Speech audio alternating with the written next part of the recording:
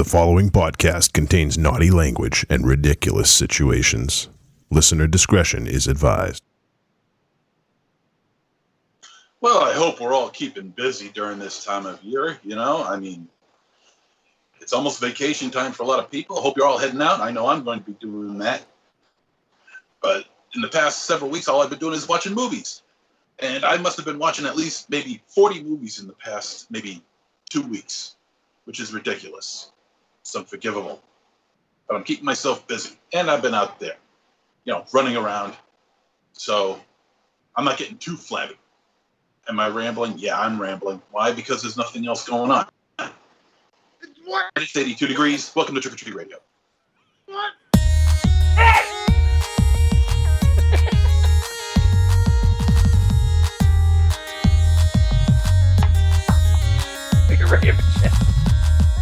Welcome all you little zombies. You're listening to Trick or Treat Radio, starring the Deadites.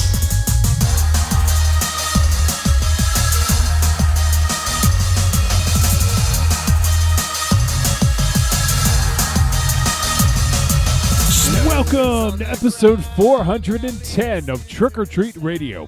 Trick or Treat Radio is the world's most dangerous podcast as it recorded in front of an undead studio audience here at Castle Wolfenstein, also in the Lair of Lost Swag within the Raven Chateau, Casa de Zero, the Lair of the Gods, and also from a fifth location this week. We're joined once again by our good buddy, Professor J. What do we got? We need a name for your studio. The Professor Cave?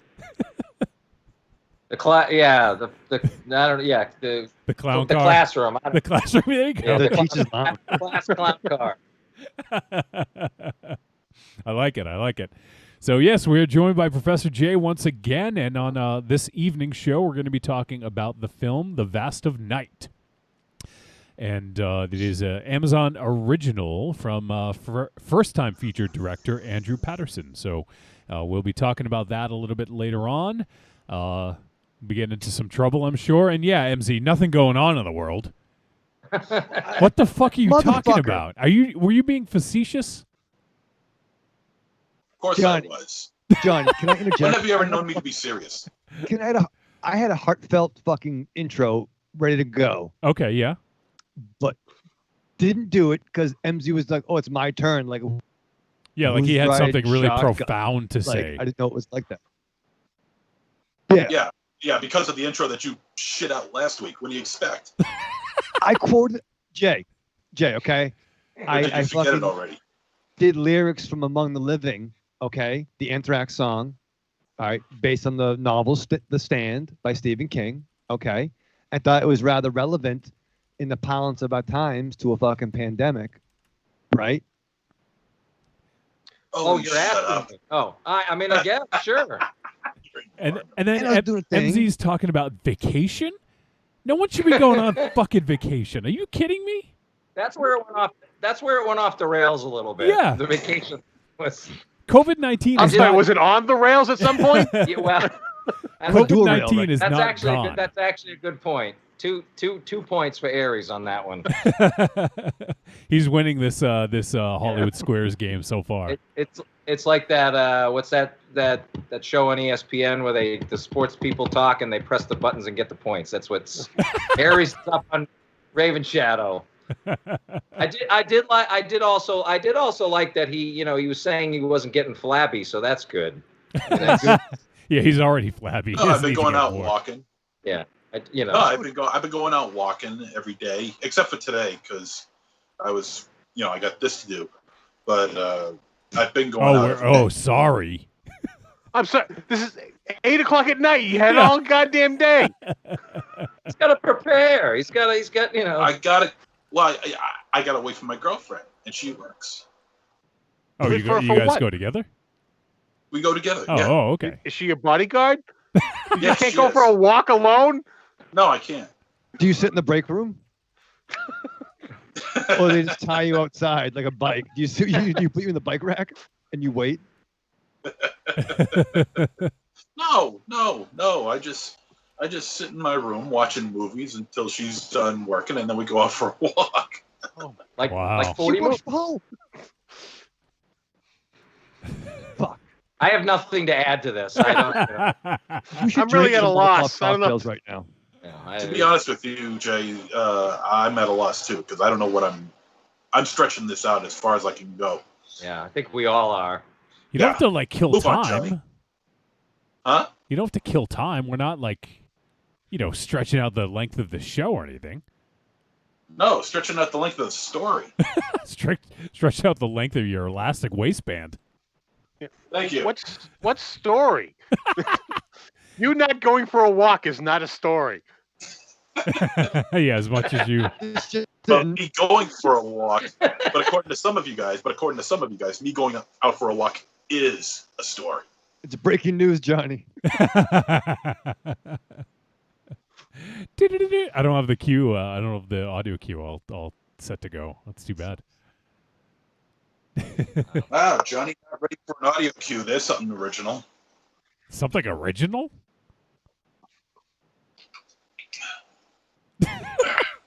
Jesus Christ. Wow. Are you gonna ride my balls all night, Johnny? What the hell's the matter? No, because apparently your balls Jay, get live in in the there and do lazy zone. Hey, they're not flabby. They're not It flabby. doesn't say lazy zone. It doesn't say lazy zone. It says lazy one. Okay, lazy one. Just, Not really helping your Yeah, that's argument. not really helping things. just one lazy ball. The Yeah. other one, You got a lazy ball. one super active ball, one kind of middling a little bit, just sort of, the heat, it's dragging behind. You're like, come on, we got to catch the bus. Let's go. I gotta catch the bus. It's like a lump of. Well, clay. whatever. I don't, the subway. We got to get to grandma's house to get some smokes. Whatever. I'm just trying to fit in as best I can. Thank you, Jay. Yes. And you can actually replace a couple of people. So yeah, Next. so there is a lot going on in the fucking world, MZ, and people should not be planning vacations. Are you going on your vacation, MZ? I'm going out for a drive, an all-day drive. Yeah. That's not a vacation.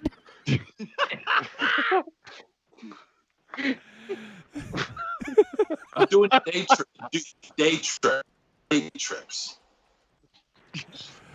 I read Day it. trips. I read an article online today that was about because apparently they reopened like Universal Studios in Florida, Yeah. and it was this woman who had with her family a planned trip to go to Universal Studios Florida. So she was like, "Well, we're gonna go because they're open."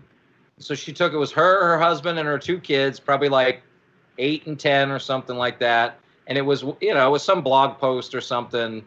And it was kind of a, here's what to expect if you go to these parks and it was super depressing because the very first picture she had of her kid at Universal Studios was the kid's, first off, he's in a mask, which is good. I'm glad he's wearing the mask. But the kid's in a mask waiting at the turnstile to get into Universal Studios, and some lady is taking his temperature with like one of those and I'm like, yeah, if you need to have your temperature taken to go into Universal Studios, you probably shouldn't be going to Universal Studios. Yeah, no kidding. And taking a picture of that is not exactly a. That was the first picture on the blog. Like gonna take your temperature to make sure you don't have the COVID. And I'm like, that's not really gonna help. That's just gonna say you don't have a temperature. The kid could still have COVID and be friggin' asymptomatic and be touching every damn Harry Potter wand in the place, and and you know he will. right? That's Universal, right? Harry Potter stuff. Yeah, yeah. Okay, yeah. So, just don't touch the Simpsons ride. That's all I ask. No, but anyway, so that's just you're right. You can't go on vacation. A day drive, great, love it.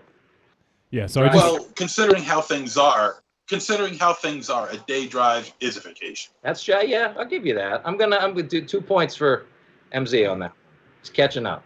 Well, I just asked the question. So for people watching on Facebook, I guess you can do polls now on live videos. But I asked per MZ, is a day trip considered a vacation? I don't think so. In this environment that we're living in today, yes, it is. All right, we'll see what the people say. Well, add that in there. You should add that in there because you're just putting on one side of the story. Too late. Too late. That's nice.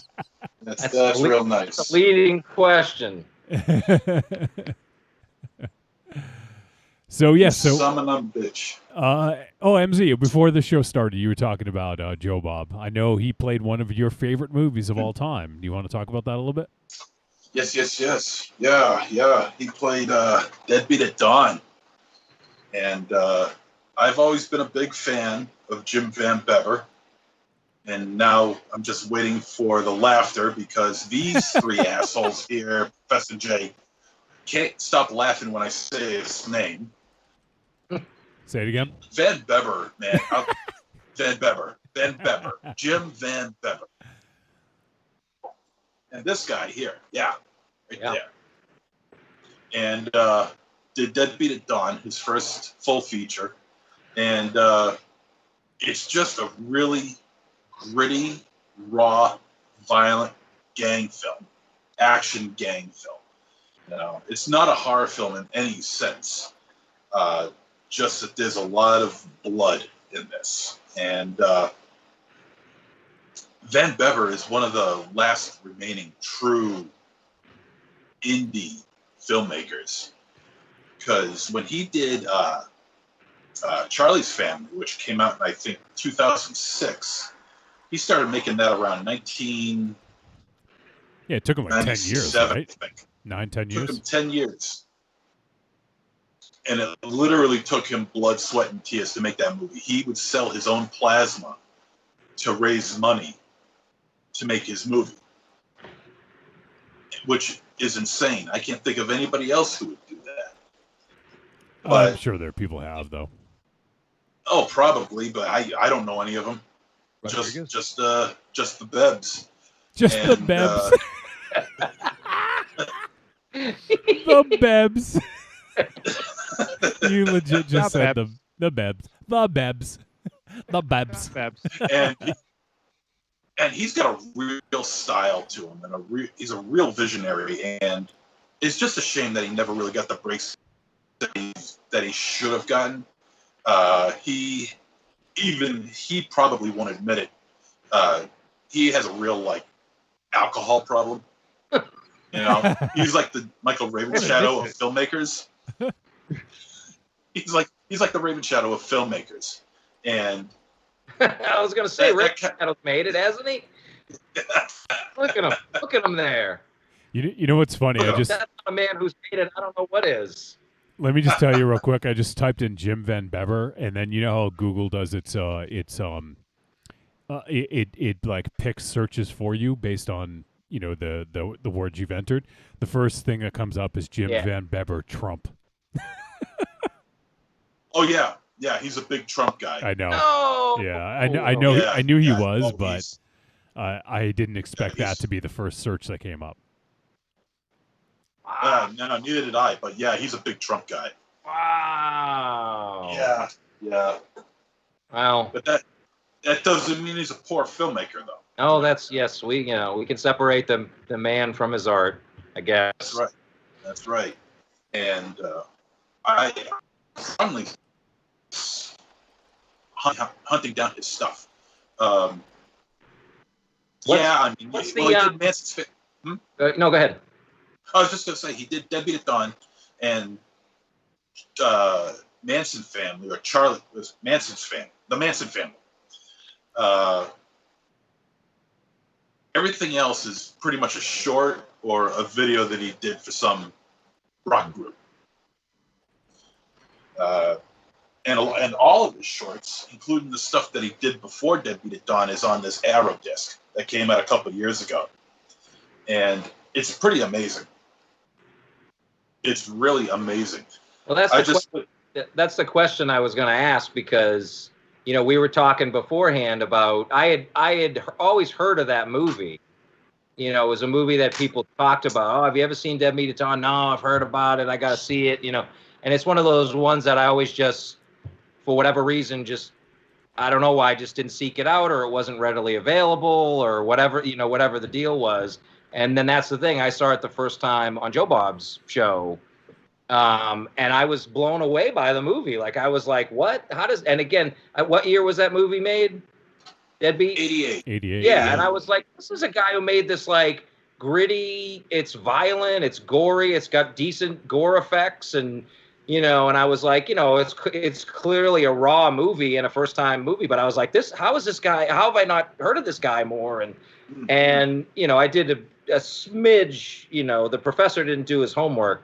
I did a smidge, and it was like, yeah, he really didn't do a lot of stuff, and then I kind of, you get sidetracked or whatever, so. But I was like, I got to see more of this guy's stuff. So that's I'm glad you mentioned the disc, because it's got the shorts on there. But how readily available is some of his other stuff? I mean, what is Charlie Manson movie or whatever he made? Is that readily available? Oh yeah. The Manson movie is available on. Let's see if I have it available here right now. The Manson family movie is put out on a 2-disc DVD set from 2006. Okay, I think, from Dark Sky Pictures. And that's the only other feature he's done? Yeah. Wow. Yeah. So he made that in 1988, and he didn't make another feature until 2006? Well, he worked on that one for like 10 years, and he's done shorts in between then. Yeah. And it's crazy. Well, that's the thing. I read an article does. about Deadbeat, and it took him like 4 years to make that, right? 3 years or something. He was picking up shots for 3 years. So, wow. From the mean streets of Dayton, Ohio. Ohio, yeah. Which go ahead. I never even knew was a thing. I mean, the mean streets of Chicago, Los Angeles, New York, Boston, Baltimore, Detroit. Okay, yeah. The mean streets of Dayton, Ohio just doesn't have the same ring to it. The mean streets of Greenwich. Don't forget Greenwich. Oh, yeah. But somehow Van Bebs is able to make it work. Now it's Van Bebs. It's not the Bevers anymore. It's the Van Bebs. Van Bebs. And it's really amazing. It is. Yeah, that's a great recommendation. I really wish that I had seen that movie earlier. I mean, I'm glad I've seen it now, but I'll tell you what. He's gonna act it out for you right now. Tell you what, Jay. Send me your address, and I'll mail you this. What is that? This is the Synapse version of Deadbeat. He's gonna send me the shitty copy with none of the extras. Yeah, exactly. No. This. Hold on. Let me just see what they have here for extras, because I haven't seen this disc in a while. Laser version that you can't play. But I'm not. Beggars cannot be choosers. I will be more than happy to take. Yeah, just send me your. Just put it in a box. Address. Right, Professor J, North Kakalaki. Yeah. It'll get to him. What's Wolfenstein? What's going on with that precarious bucket over your head there? Oh, like there's like a precarious blue bucket. It looks like somebody's trying to do the ALS challenge on you or something. Well, you guys have a different view than is actually live, and this is like my storage part of the room. So you okay. I've been kind of going. Oh, okay. I've been going through a bunch of bins, so I just kind of threw them up there to get them out of the way. So a nice visual gag that's completely lost on everyone else who's watching. Yeah. Awesome. Everyone we else get the shitty view. Yeah, everyone else gets the nice view. Yeah, we get the shitty view of all the boxes and crap, and everyone gets the nice view of it. That's okay. I'm gonna here's my view for the rest of the. That's a good view. There's a spider on your ceiling, Jay. No. Those are pets. So MZ, obviously you're a big fan of Van Bebs. The Bebs, I should say. Mm-hmm. Is that what we're calling them? The Bebs? The Bebs. We call them whatever you want. Van Bebs? Van Bebs. Bebs. Was there anything... obviously, you know a lot about that movie. Was there anything you learned from the last drive-in about the movie that you didn't know prior? Oh, yeah. Yeah. Oh yeah, there's a shit ton of stuff that I learned. All the stuff that I learned on there is on the disc. So on the new disc. No. I'm talking about Joe Bob. Did you learn anything about watching Joe Bob? Yeah. Okay. Oh yeah. Oh yeah. Shit ton. Good stuff too. Cool. So for Interesting people, stuff. I know a lot of people obviously will see films for the first time through Joe Bob, or or films they may not have caught in a while or something like that. So it's always interesting to I know you've been touting that film. I've actually never seen it, even though you let me borrow it. I don't think I ever watched it. But I couldn't get by Van Beber. Yeah, I know. What Send is a synapse. Send a synapse to Wolfie, and then Wolfie will send it to me.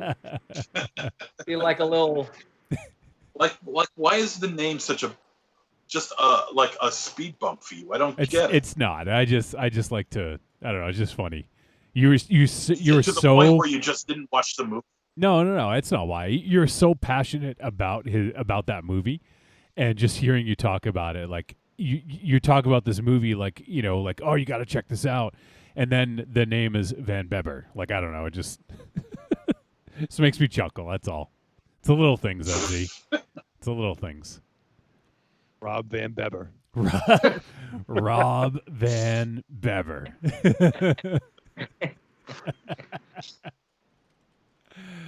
And what else was on Joe Bob this week, MZ? What was it? Well, that was last week. That was the week before. Oh, yeah, that's right. Okay. Yeah, that was a couple weeks ago. This past week was Dead Heat. Oh yeah, Dead Heat and Cannibal Holocaust. Oh Right, yeah. Yeah, another film that you don't like.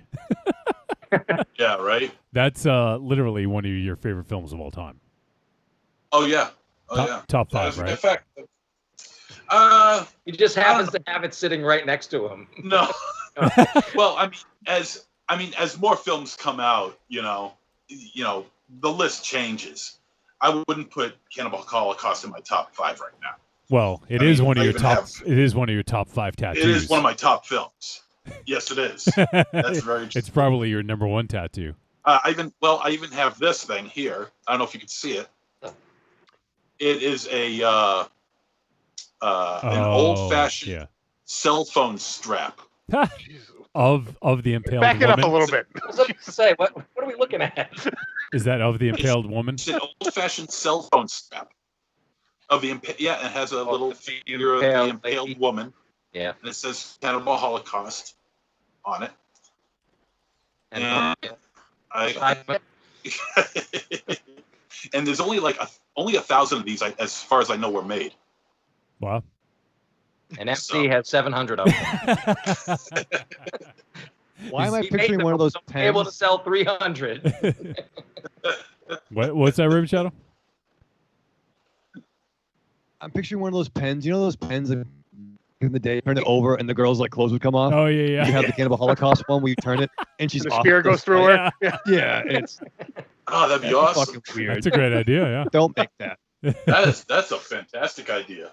It's a bad idea. Don't make that. I'm just glad he wasn't like, and I just happen to have right here a piece of the turtle that they killed on screen.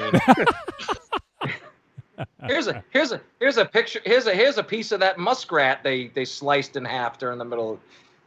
Here's the top half of the monkey skull that they cut off. Like, Yeah, it's like buying a brick from he has Fenway. it. Oh, I was like, oh, he's got it. But no, it's Joe Bob kind of had the feeling that he was going to get a lot of heat for showing this. Yeah. So Shudder decided to release the movie with his commentary, in between the breaks, and also one without the movie and just the commentary from Joe Bob. Oh yeah. The breakup commentary. Yep. So if you want to hear his commentary about the movie but not wanting to see the movie, then that option is out there for you. And that's the first time they've done that, right? I think so. Yeah. And from what I heard, they're going to be doing that with all the movies now. There's a possibility that they could be doing that with all the movies. Give the opportunity to either watch the movie with the commentary or just watch the commentary.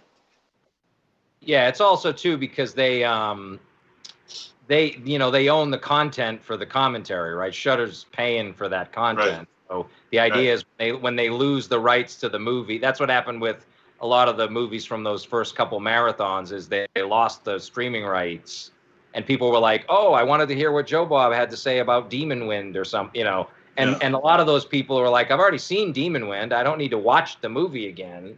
So I think they kind of got hip where we're like, "Hey, if people just want to watch, where it'll say like, if you want to watch the movie yourself at home, just fast forward to, when you get to the 48-minute mark, pause it, and then put the Shutter thing on." So it's smart because they're paying for it, right? And it's content they're creating that they can't use when they lose the rights to those movies, which inevitably they'll just constantly do. They're not going to have Chopping Mall forever, right? So, or Heather, something like that. That's a shame. Yeah. They should have Chopping Mall they should have that. Yeah. We need that as a sequel, Chopping Mall Forever.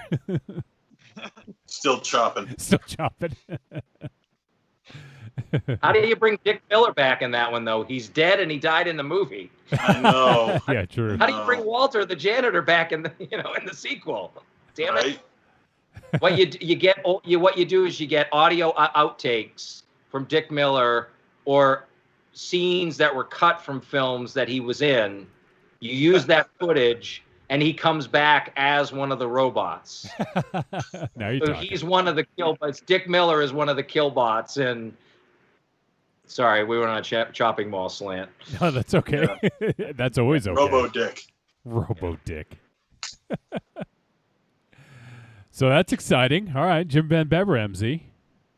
Yeah. Yeah. Yeah, that's Yes. So Jake, just send me your address and I'll mail this to you. All right. I love it. That's exciting. Do I have to mail you anything back, or I'll Just find some nudes. I'm gonna find some. Done. the lazy one. That's the problem. I got the lazy too.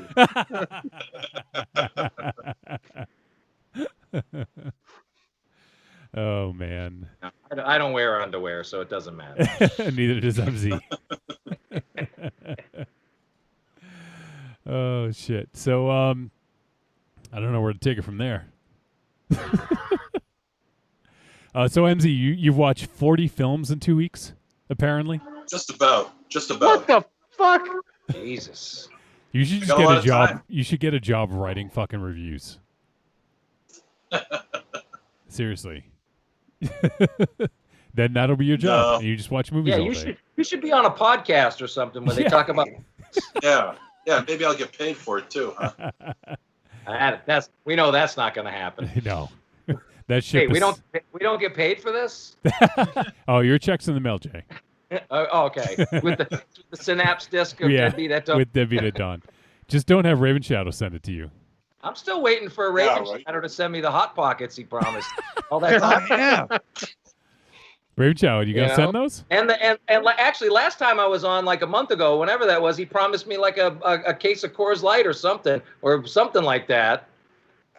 What the fuck, Yeah, Raven we'll Shadow? figure that out. We'll What? figure that We'll out. figure it out.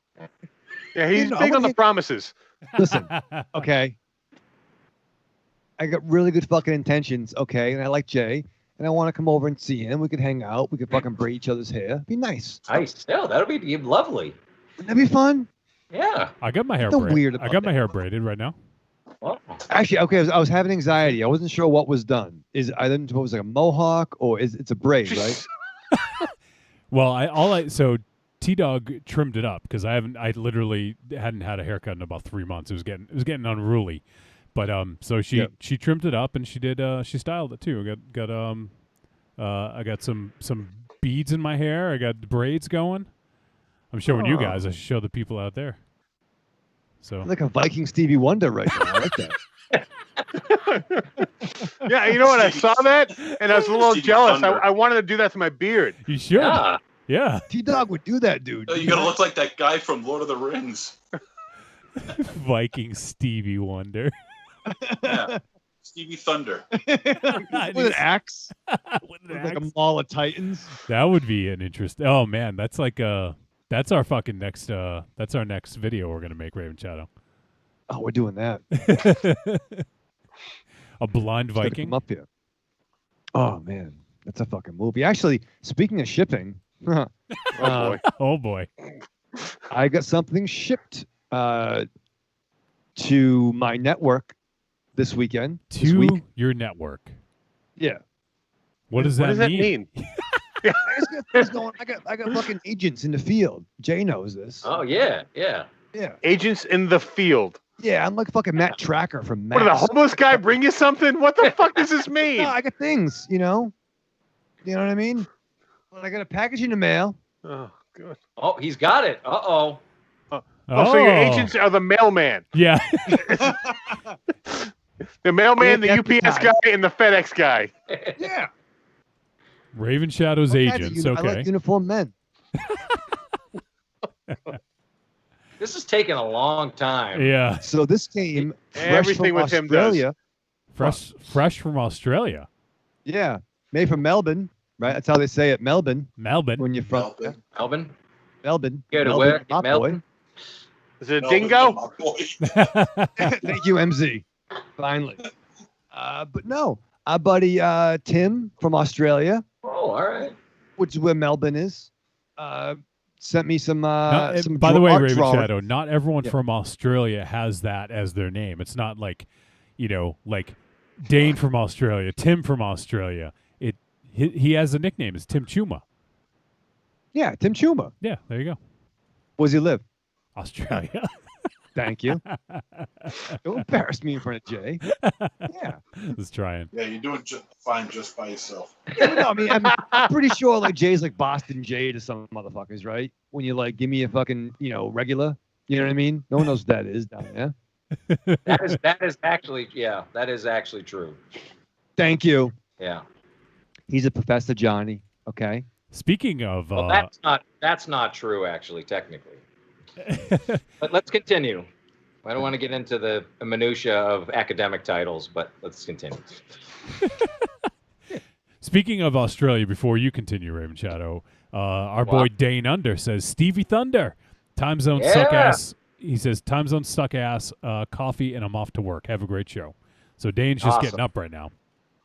Ooh. Hey, Dane, what's up, buddy? So yeah, so there you go, That's little right. Australia. Oh, that's right. He's in the future. That's tomorrow already. He is, yeah. He's in. Yeah, it's Yeah, Friday good. for him. Payday. All right, Raven What Shadow. are the lotto numbers? Raven Shadow, you may Telling continue. you, we have to get Dane on to talk Wake and Fright. Oh yeah, yeah, that's right. Wake and Fright. Yes. Good. And or instead of that, you know what would be interesting? Would be you do like a whole Brian Trenchard Smith like overview. You watch like 5 of Brian Trenchard Smith's like, I think that's his last name, right? Smith, the guy who did like Man from Hong Kong and like movies like that. You got to get an expert. You have to get an Australian expert in there. But Wake and Fright. Okay. Get Dane on and tell Dane, he's got to brush up. Talk about the yabba. The Yabba. Like that. All right, Raven Shadow, go ahead. Fucking this mail. It's fucking for all of us. And sorry, Jay. I mean, I don't know if you have an animal, but I got the art drawings from Tim Chuma, and if you can see this is the pastel drawing of Oliver. Oh. Looks just like him. He needs his haircut. Nice. Look at how gently he put that down. Do you see that? He's Yeah. You gonna frame it? I love him. I am. And then here's Chloe, my cat, who's That's Chloe. great. Hair's all matted. And then we have self-indulged little Ozzy Osbourne right here. Look at that. What? Here's the original. I'm See getting a that, close John? up right now. Oh yeah. Now you get close up. Yeah, see? Look at that. Little Ozzy Osbourne. Yeah. And there's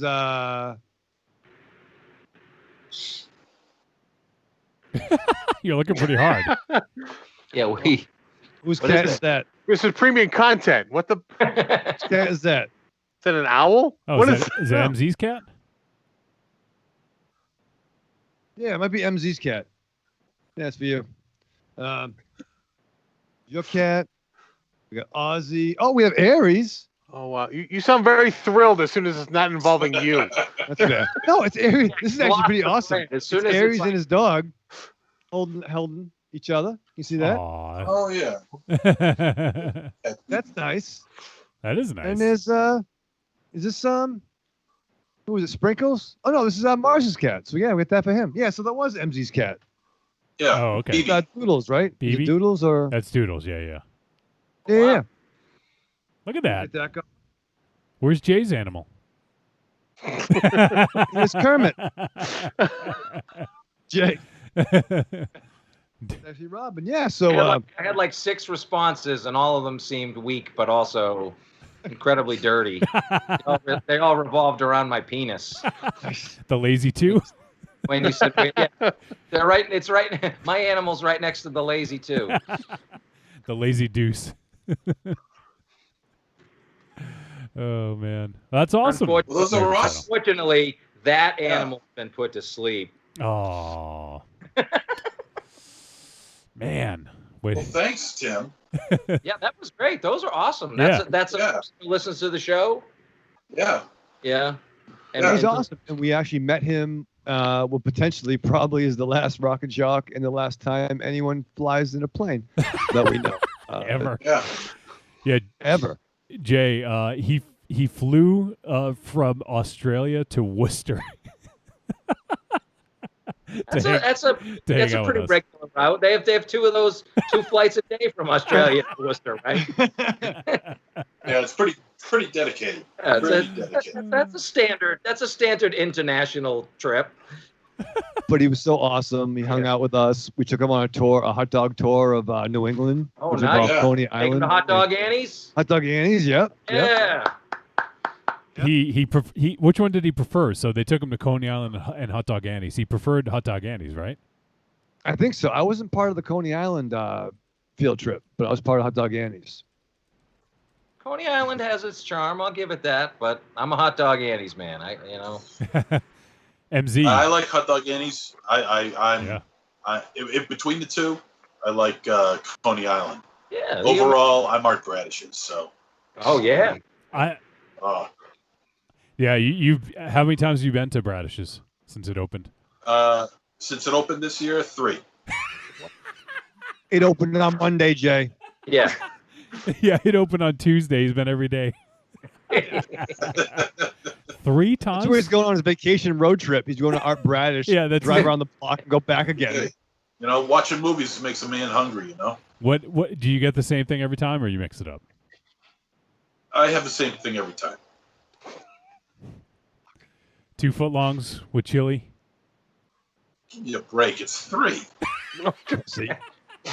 What's the fuck wrong Don't with you? insult my stomach. 3. Fucking So- vegan.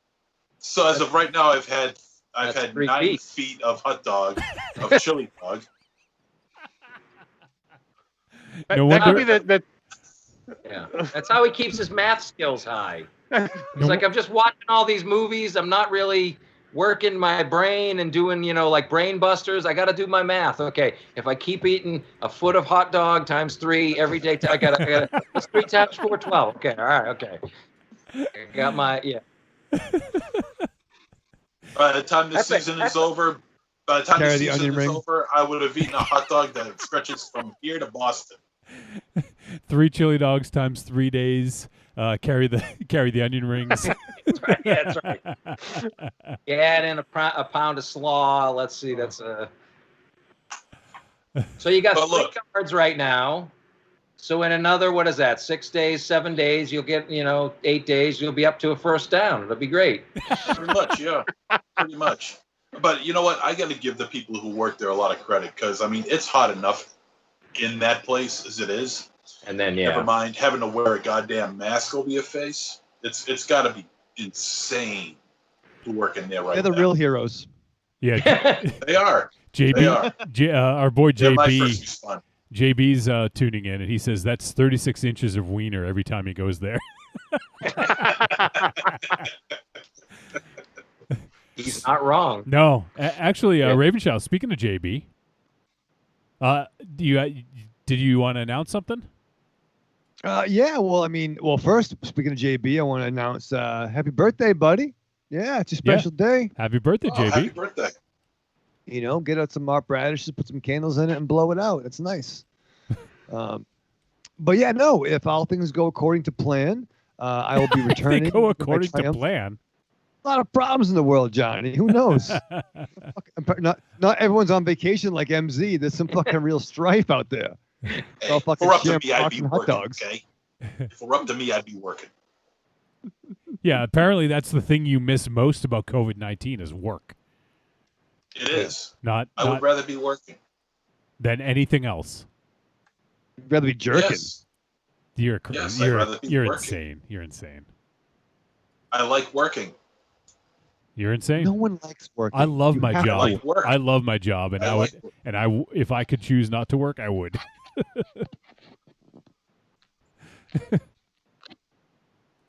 Fuck. Nut job. I like work. What can I say? I like land. I like turtles. I like hard work, and I cannot lie. That's MZ. It's like But being you a know log- what? You could do work around your house. Yeah. Well, first of all, it's not my house. It's an apartment, and all that shit gets taken care of by other people. You can do it around your apartment. And you could probably come up with a little system with your landlord. Hey, I'll do this if you knock off this from the rent. Yeah. There you go. Yeah. Mow the lawn. I think they call that a super. You could become the guy from Good Times. What's that guy? Yeah. Fucking Buffalo butt. Bookman. fucking what's his name? I could be Fucking Become Bookman. the new book. You could become the new bookman. Bookman. Yeah. Oh wait, yeah. Snyder or Snyder. No, that's one day at a time. Schneider, right? Schneider, He's- yeah. Schneider. Schneider, he's man. the- Bookman. Schneider, man. Yeah, it could be the new Schneider. Bookman was played by Johnny Brown, and I could be Schneider. Why I do you could wear I could grow like a creepy ass like porn stash. You got to roll up smokes cigarettes. up in my yeah. sleeve. Yeah, but that's the thing. You could be the new super of the building. Yeah. Oh, my toilet's clogged. Call MZ up. He likes to work.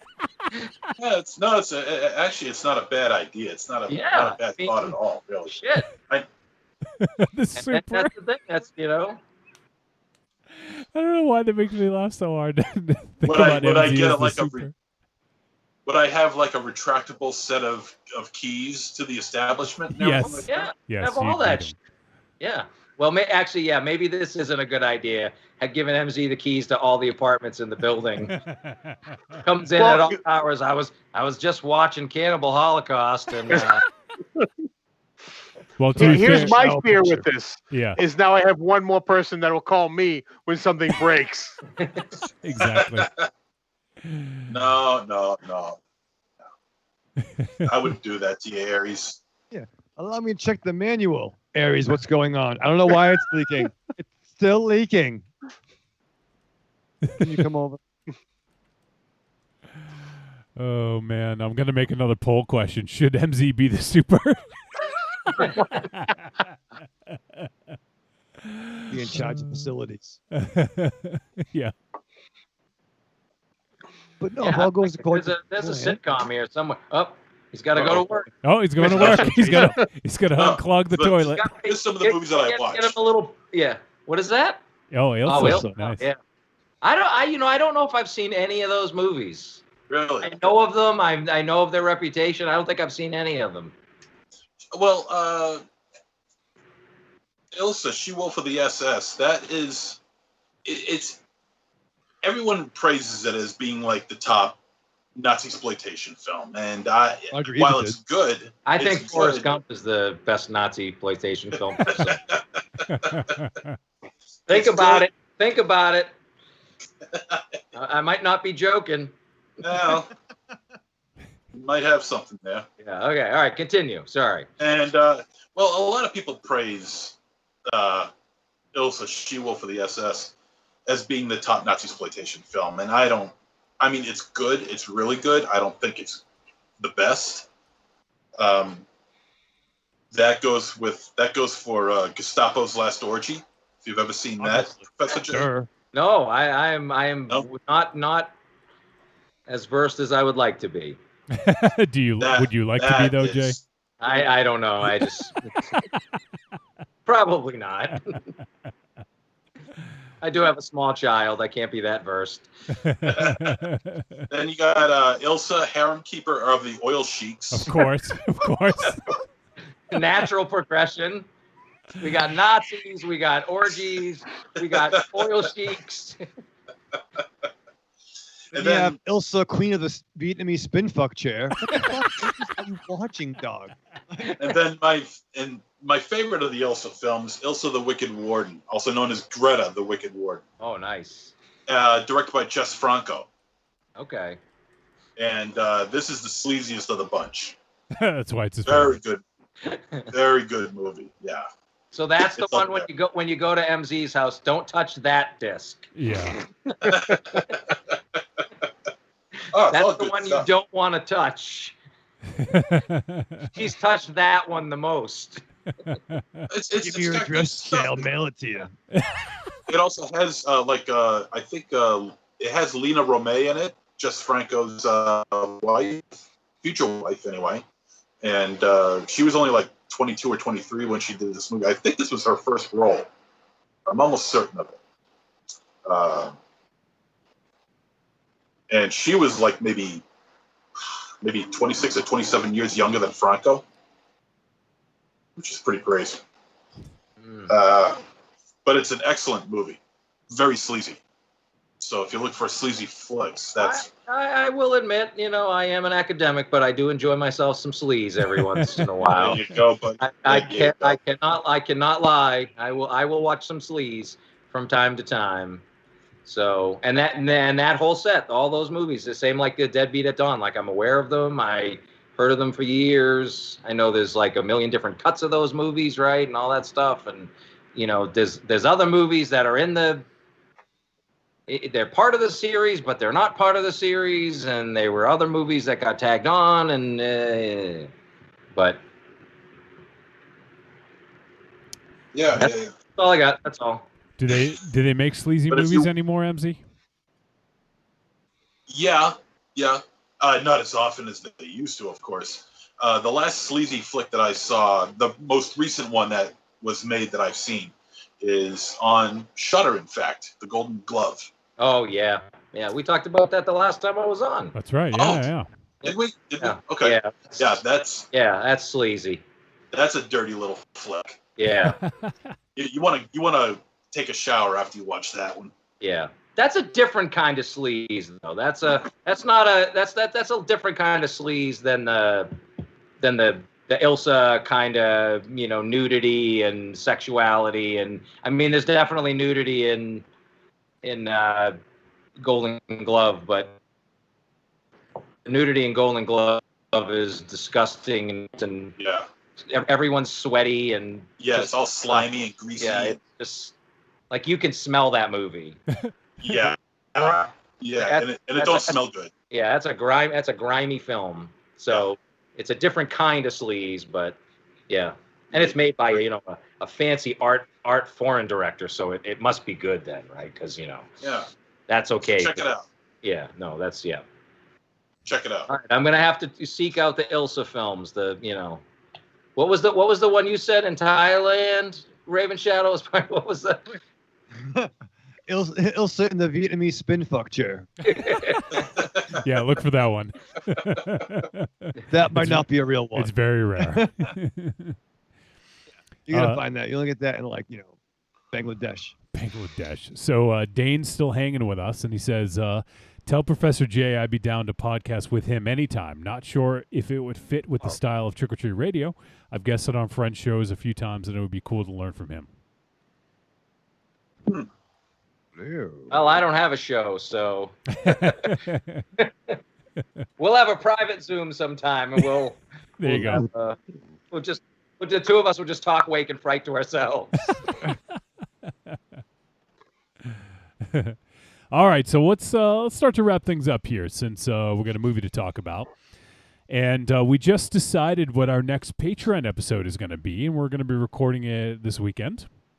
And Raven Shadow, you excited about this? I am excited. All right. Why don't you tell the folks the topic? Yeah, no, I think we're gonna be. I'm making my my first list. right? No, you've made many lists in the past. Oh. Yeah. Oh, you're making a list of top things. Oh, never mind. I thought you were on a list. No, those kind of lists. Listen, never convicted. Okay, Johnny. Okay. Sorry, Jerry. No, it's very exciting. No, but we're gonna, our Patreon. Sometimes we go off topic, and my thought of a topic would be top 13 favorite action figure toy lines from my youth, or from our youth. Kind of covers the gamut. Kind of like there's a lot of stuff there, and I was alone a lot as a child, and as a grown man, so I found a lot of solace in posable action men and Posable action men. You got to be careful how you say that. Listen, no, they're fighting against the forces of fucking terror and their missions. You know what I mean? And vehicles and accessories. I'm doing some deep dives. You don't even fucking know. Wow. You have to have 13.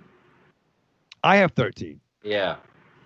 Oh. What's the magic number for what makes something a toy line? Well, How many of a something does it have to have? Good question. and Like good. Evil had a toy, but is that a toy line? I fucking love you so much. Listen, I- let's find a cure and we'll live together. Okay. That's fucking cute. what was the first part? The live together part is fine, but We're gonna find a cure. For what? find a cure. Problems. All the problems. All the world's problems. Injustice, plagues, fear, white people. Social all the problems in the anxiety. world. Social anxiety. But no, seriously, good question. Well, how I'm going into it. It's stuff. It's toy lines that also are part of a larger multimedia. So maybe they had a toy line, maybe they had a comic book, maybe they had a cartoon. Okay, all right, okay. So like larger tapestries. Because, and I'll talk about this too. Like I was like De Niro when I was playing with toys. I had to find out like, what does Dusty from G.I. Joe sound like? Or how do I play Raphael correctly? I had to get in the zone and keep it real and play the characters right. How's Brad Turner from Mask gonna fucking act? Well, he's a fucking rock star, rides a green motorcycle, looks kind of like fucking Prince. So I'm getting in the head. I'm getting ahead of Brad Turner from Mask. You know what I'm saying? And we haven't even talked about Visionaries, Knights of the fucking Magical Light. Remember that toy line? Maybe you do, maybe you don't. Check out the fucking Patreon. Yeah, don't blow your load here. I was about to say, hey, here's number 13. You don't even know. Do some Well- deep dives. Well, that's exciting. I'm looking forward to hearing your list. So yeah, for our next Patreon episode, Raven Shadow is doing. Let me see if I get this right. His top 13 favorite action figure toy lines from his youth. So we'll be talking about those, Yeah. and we'll interject. We'll pick apart his list and interject our own. But we're going to be recording that this weekend, and that'll be up on Patreon in just a few days' time. So if you guys are not already supporters of Patreon, you can head over to patreon.com/trickortreatradio and go ahead and help support the show. For as little as $2 a month, you can help keep the lights on. And if you give us $5 a month, you get that extra bonus of the exclusive Patreon content. So we'll also be recording video for that. So if you're in the video tier, you'll get a video for that as well. If you prefer watching the show in video format, so we'll be doing that. So give the Patreon a look. Patreon.com/trickortreatradio, and Raven Shadow is doing the top 13 favorite action figure toy lines from his youth. So should be fun. Looking forward to that, Raven Shadow. Raven Shadow, just a little bit of advice. 13 is the least best, and number 1 is the best. You remember that, all right? I was going to ask you. Wait a minute. No, wait. But Are we really going to go through this? Really? No. Jay, he has problems with lists. He thinks number 1 is like, it goes from 1 to 13. but no, but Why do Jay, you think they call it first place, second place, third place? but wouldn't you think if it's like a No, it's a no, fucking you wouldn't 13? No, Like you 13 wouldn't is think. like This, fucking. no, there's nothing to discuss here. There's nothing to discuss. Back up. Okay, Back up. first place is first place. I'm not gonna back up. Come over here and make me. First Oh, wow. place is first. Why? Okay, that's what you. You got up. But here, I know. but here's a question. Here's a question. I'm gonna throw a little wrinkle in this. Maybe. Thank Think about sports. How come then the people with the least amount of points aren't the winners? Oh. Yeah. Golf. Well, except for golf. Yeah, no one wins in Every golf. other Darts. sport, Wait, make this fucked up this pants. reminds me. I would love to hear Raven Shadow explain the scoring in tennis. Do you know the scoring in tennis, Raven Shadow? What do I fucking know about tennis? What, like two in love? And what's love mean? That's a thing, right? What So is fine. love? yeah. I know Jimmy Connors, right? Wasn't Jimmy Connor? He was like the fucking Jimmy dude. He was Carter? a badass back then. Did you say Jimmy Jimmy Carter? Carter? He was Jimmy Connor. Right? Jimmy Connor. Him and McEnroe. What about Boris Becker? Yeah, Boris Yeltsin, everybody. Boris and Natasha. Boris Yeltsin. Boris Bullshit Zucker. racket. I don't know. I mean, Raven what- Shadow, what- if you score let's- if you score in tennis, how many points do you get? Like what is it?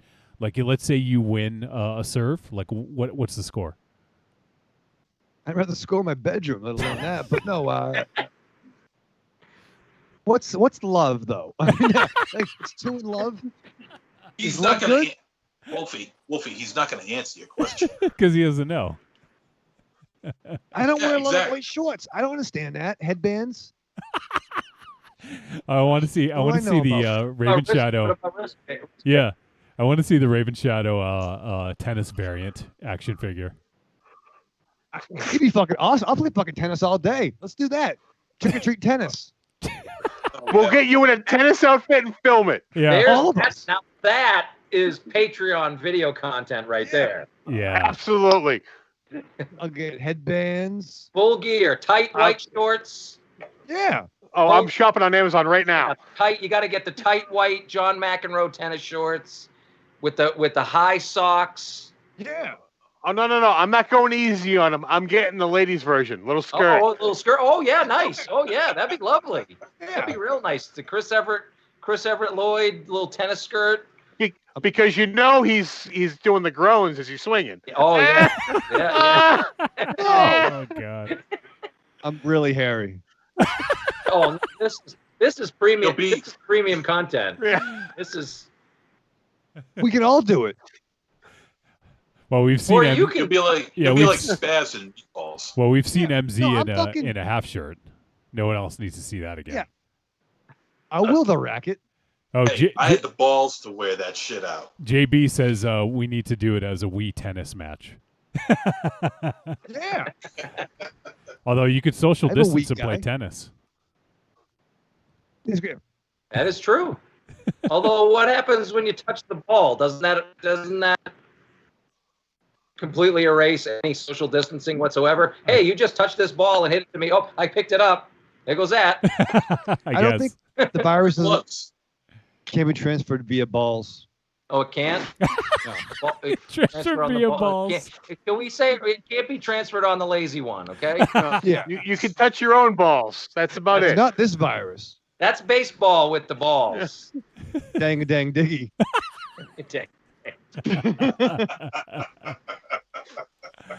Oh, what is even happening? By Well, the We've lost total control. Raven Shadow. You started it. You asked about tennis. Yeah, it's true. Raven Shadow, you don't have to answer this, but Corny says, "What's going on?" And he says, "I hope Cops and Crooks is on Raven Shadow's list." My fucking dog. Dude. Don't even fucking, don't even fucking, we'll get there. We'll get there, dude. Fucking All tell right. me about BP vest all Shadow, day, you dog. don't even need to answer. And this. he also Long arm says O'Malley. he also says those shorts going to be high and tight. Yeah. Oh yeah. John, I think Aries you get one of each. You get the skirt and the shorts, and you know you film for each demographic. You know what? We can, with some clever editing, he can play Yeah. himself. He In can each play outfit. himself. Yes. Wear the hair and the ponytail on one. Oh, my the God. head on the other one with the headband. This- Oh, this is oh, this needs to happen. Yeah. Next time Content. I'm up there, This is Raven content. Shadow. Yeah. We need the QR so I can come up there. Yeah.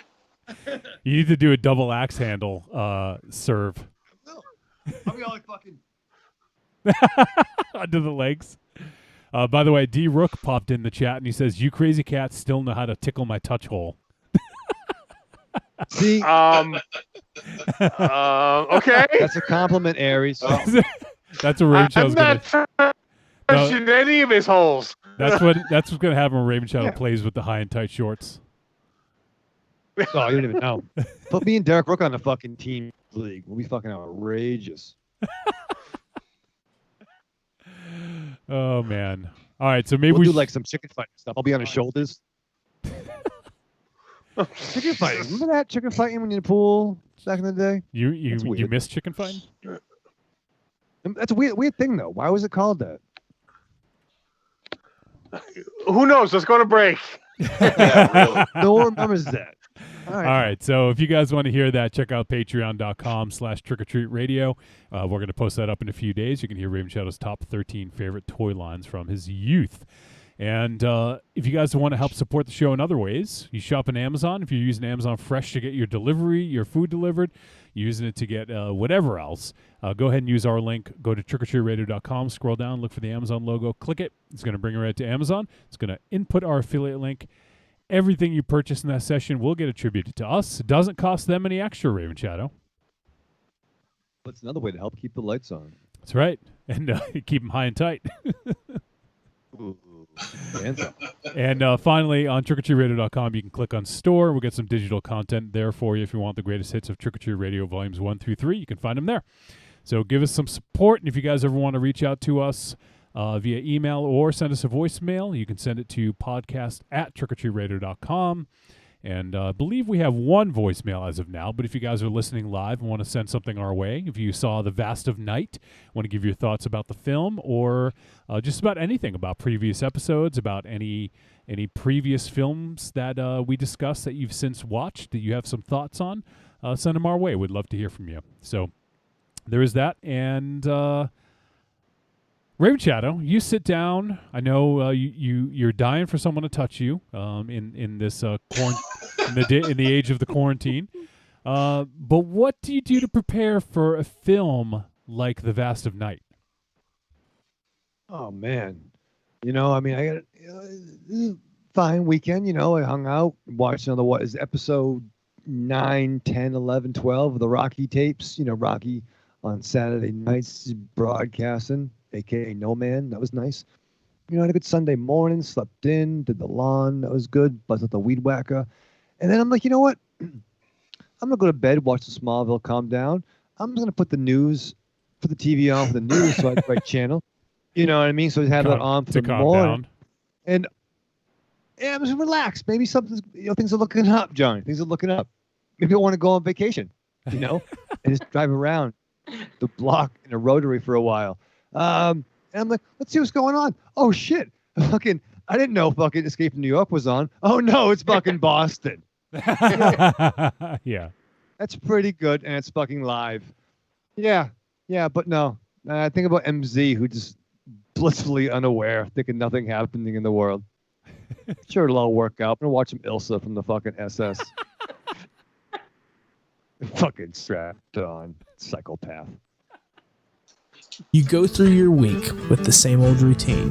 What you really want is some blood and thunder in your life. Well, friend, you found it. The Cromcast is an adventurous journey through the history of two-fisted pulp stories With your hosts, John, Josh, and Luke. we have action.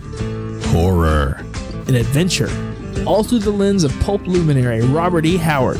Don't just stay in your ordinary life. Find your pulp life at thecromcast.blogspot.com. The Cromcast, The Cromcast. The Cromcast! a podcast for the barbarian at heart. Trick or Treat Radio, man. That's where it's at. That's the new Fangoria Radio. Oh, delicious nerds. Ms. M knows you like to chat it up with other sexy shut-ins about comics, movies, video games, and your favorite TV shows. If that sounds like you, cuddle up to the Trick or Treat Radio Facebook group, or the FIB. That stands for Fan Interaction Board. Just go to Facebook and search for Trick or Treat Radio and have more fun than a Jedi at a lightsaber sale. Not enough? Watch us on YouTube, The Deadites TV, all one word. Last but not least, check out the world's most dangerous talk radio show, Trick or Treat Radio, at trickortreatradio.com. Trick or Treat Radio is the greatest podcast ever invented. The spelling is very bad. I'm not sure who wrote this. And the Deadites, is that a company that procures houses? The Deadites. Oh, it's the Deadites. The Deadites are a fantastic musical act. That is what I was supposed to say. And there you go. There it is. Cheeseburger. Remember to rent The Fly, because that's a good movie for making love to. Jeff Goldblum, thank you so much for joining us, and hopefully we can get you on the show again sometime soon.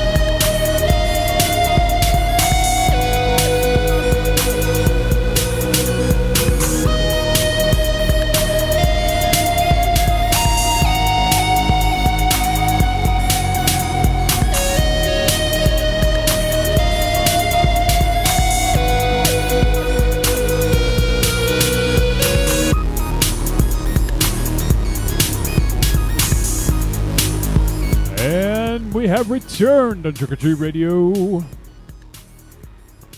Have we? Most of us have. Some of us have. Here we go. All right, everyone's coming back. All right. The powerhouses are back. Yes, the important ones. No, I meant because Aries and MZ finally showed up. MZ, you okay? Looks like you sat in your balls. You were like grimacing. No. All right, just checking. No, I'm good. The lazy one. Yeah, the lazy one. The lazy one.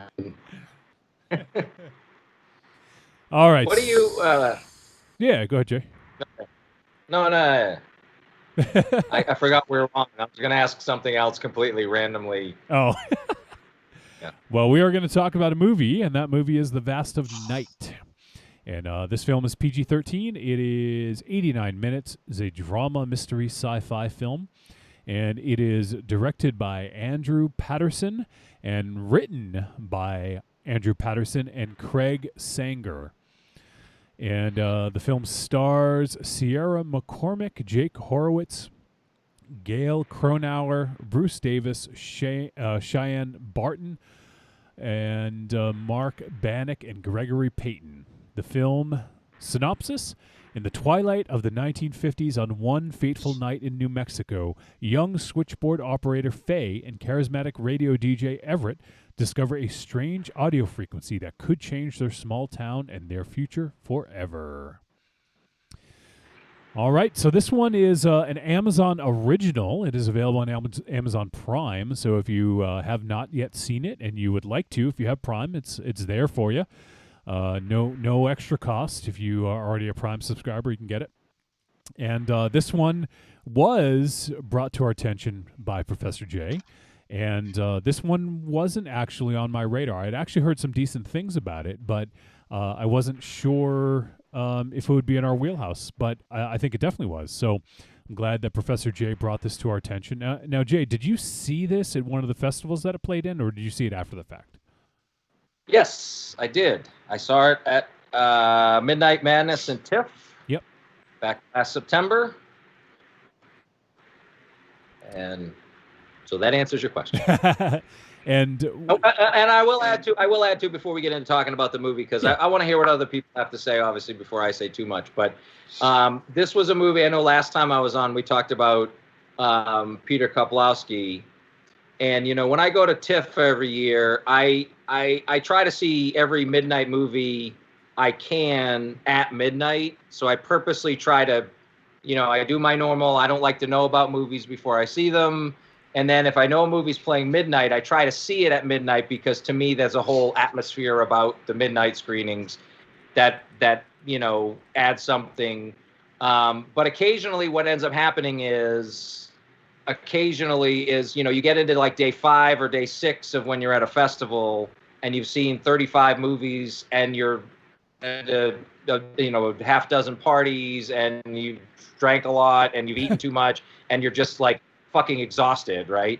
And you kind of go like, I think I'm just going to skip the midnight tonight, because like I just need to sleep, and I can go to a P&I screening, you know, at like 2 p.m. on another day and see like a special screening of it.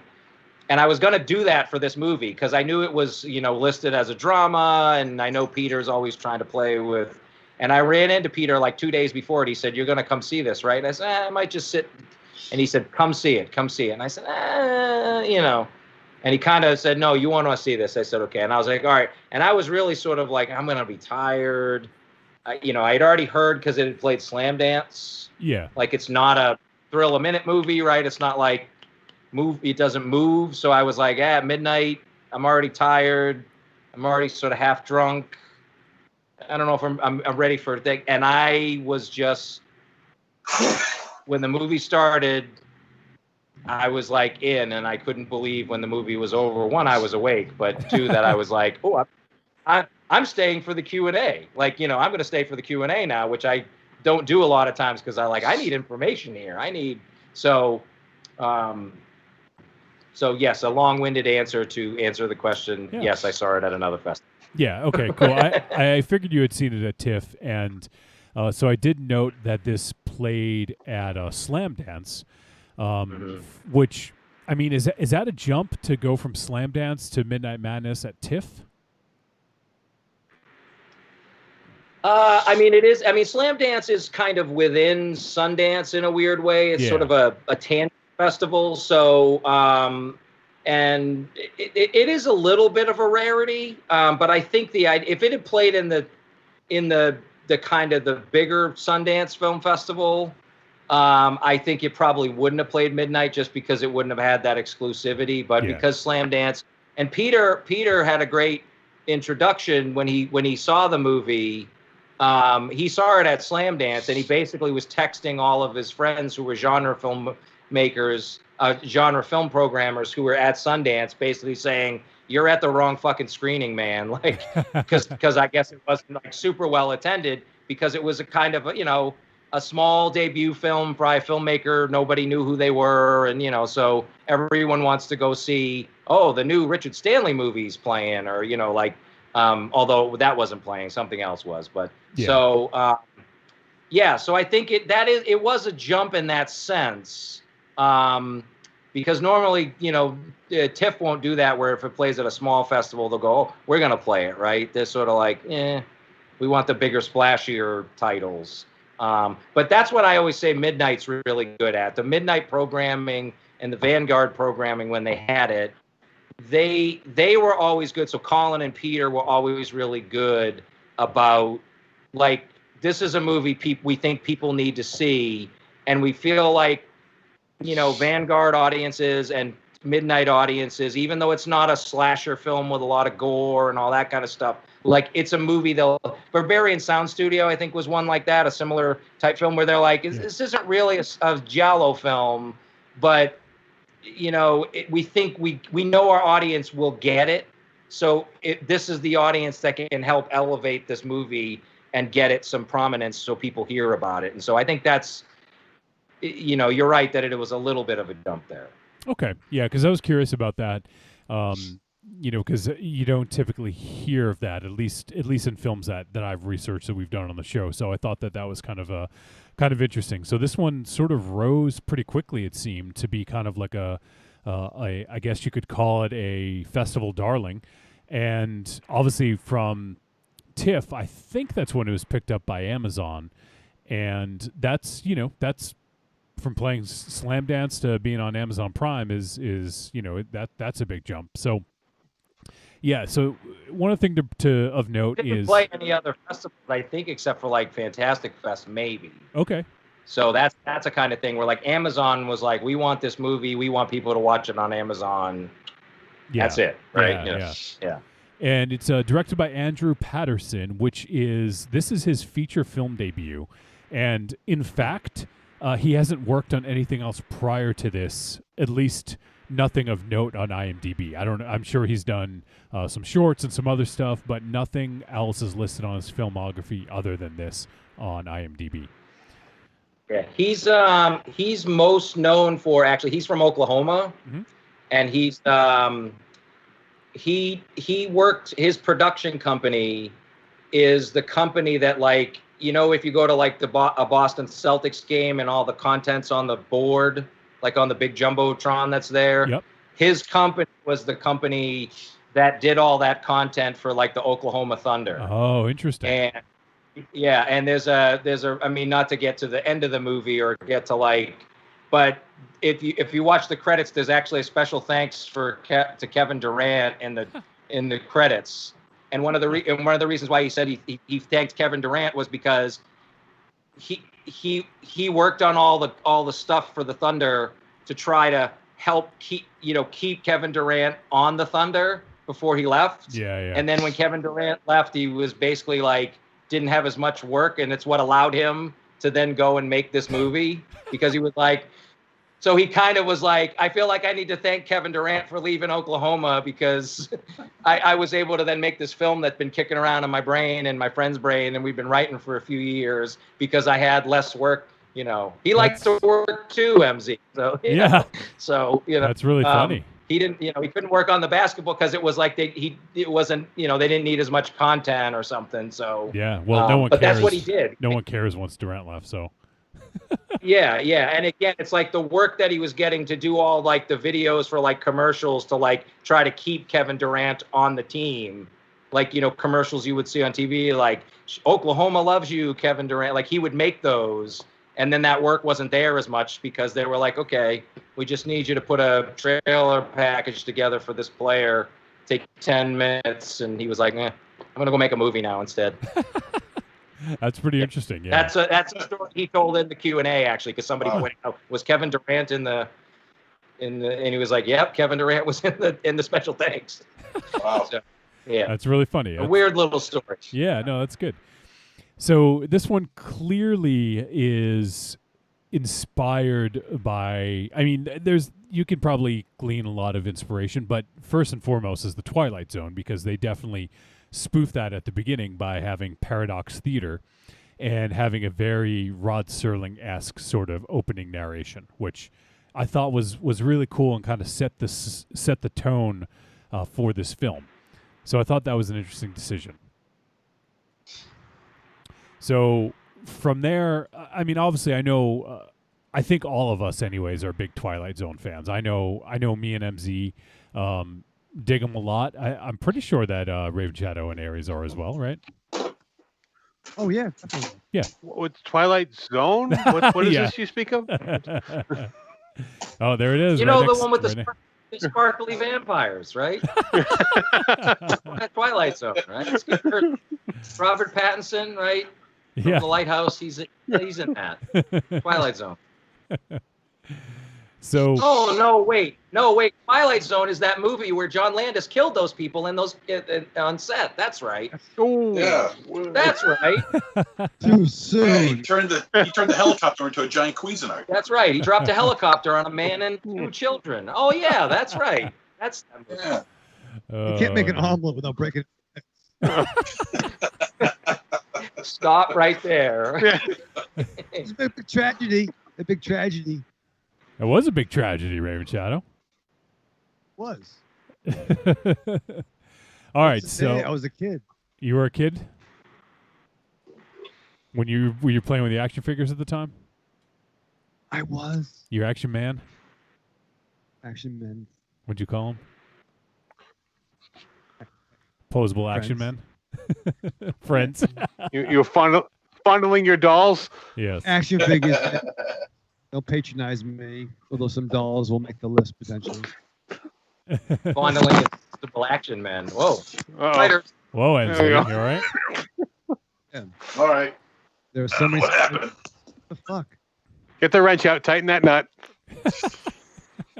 You better get a big wrench. Yeah, the lazy one, that one. All right, let's talk about this flick. So, but yeah, so obviously we had this clear sort of Twilight Zone sort of homage at the beginning. We had the Rod Serling-esque narration, which I thought was really cool.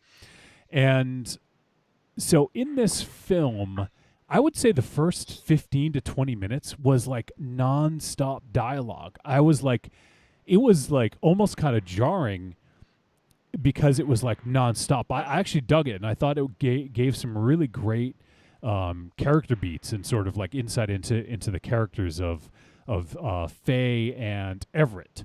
So Everett. I don't know. I dug that. It was definitely different, and it was. I feel like they nailed, at least from what I mean. I didn't exist in the 50s, but from what I've seen of films from that era, it seems like they kind of almost nailed that style to me. Yeah, that was definitely an ear grabber. When I realized that they were going nonstop with the dialogue, and also nonstop with the camera, it was one, if I can remember, it was one fluid camera motion. There's a few of those.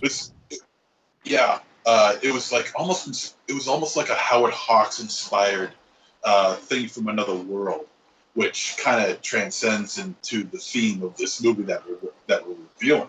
So there's that small little connection with that going on, which I dug. Like you said, it was jarring, and at times it was very difficult to keep up. But as you know, more dialogue was being spit out.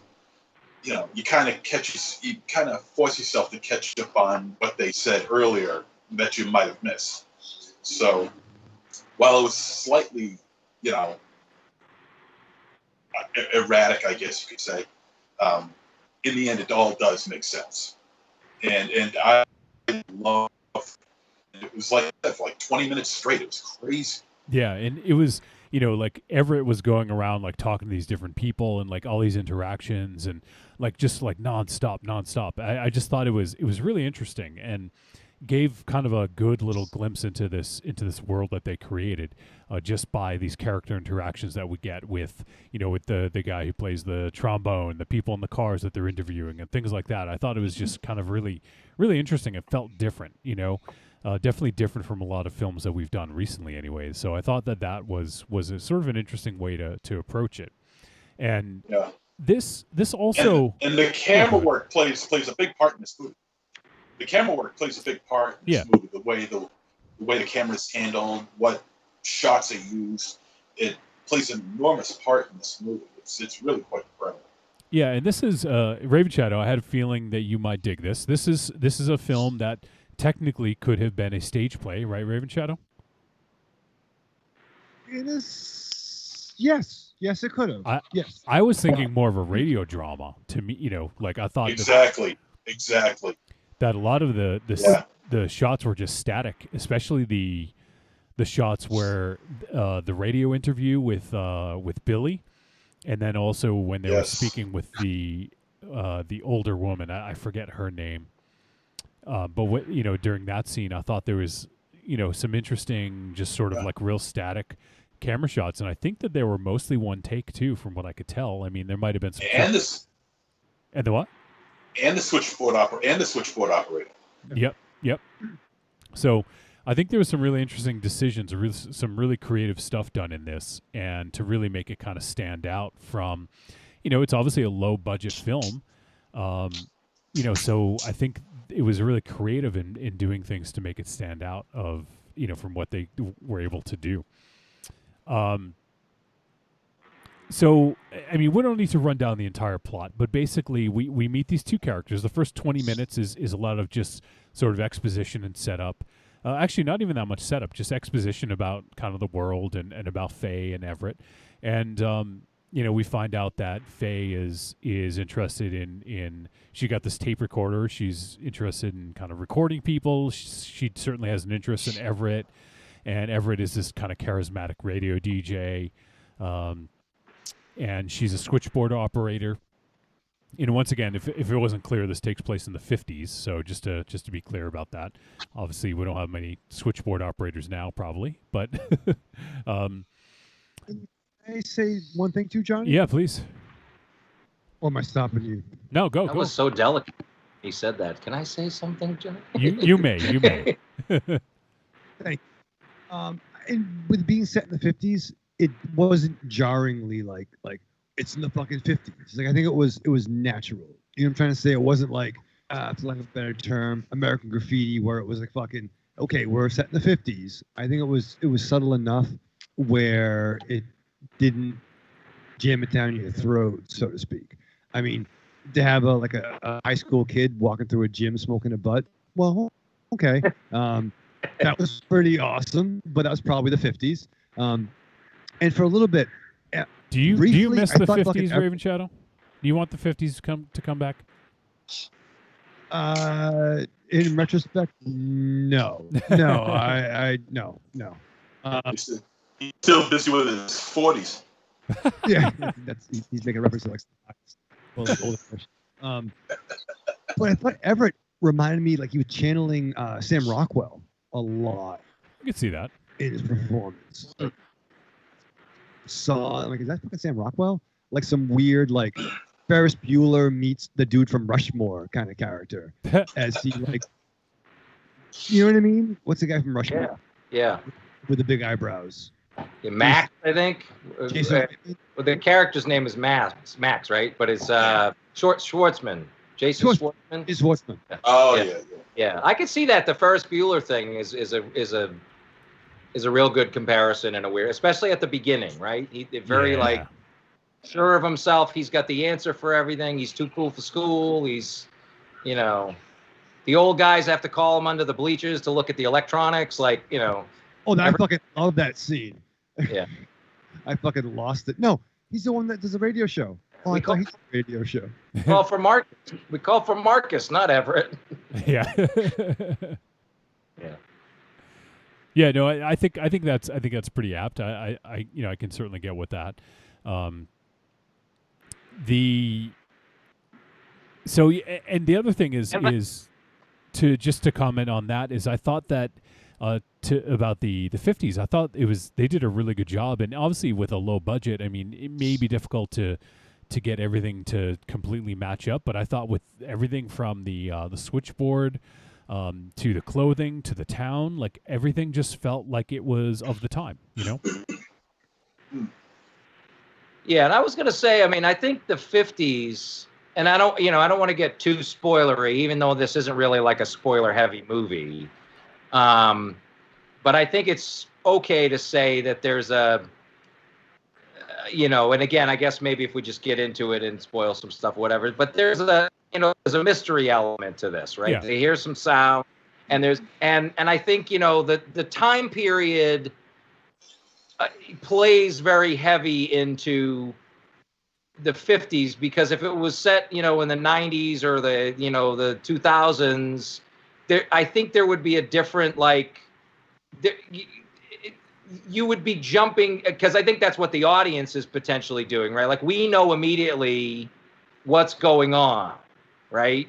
But we're watching these characters kind of figure out the mystery, right? That's kind of the story, right? These characters who are in a certain place in time, they're discovering sort of the way things really are, right? As opposed to whatever their safe world that they live in is, and again, the playing with the 50s and the idea of is it like the Russians? Are there satellites? Are there, I feel like that's where the time period works really well as well, because if you set it later, you know, the mythology of kind of the sci-fi elements are things that people are culturally in the United States more aware of the more you move up through the decades, right? And so there is that element, like, you know, and that's why I think, to go back to the talking about the beginning, there's, because I hadn't watched it since I saw it at TIFF, and I loved it, and I was like, oh, and I'd been thinking about it, but I rewatched it, and then it's like you really get to,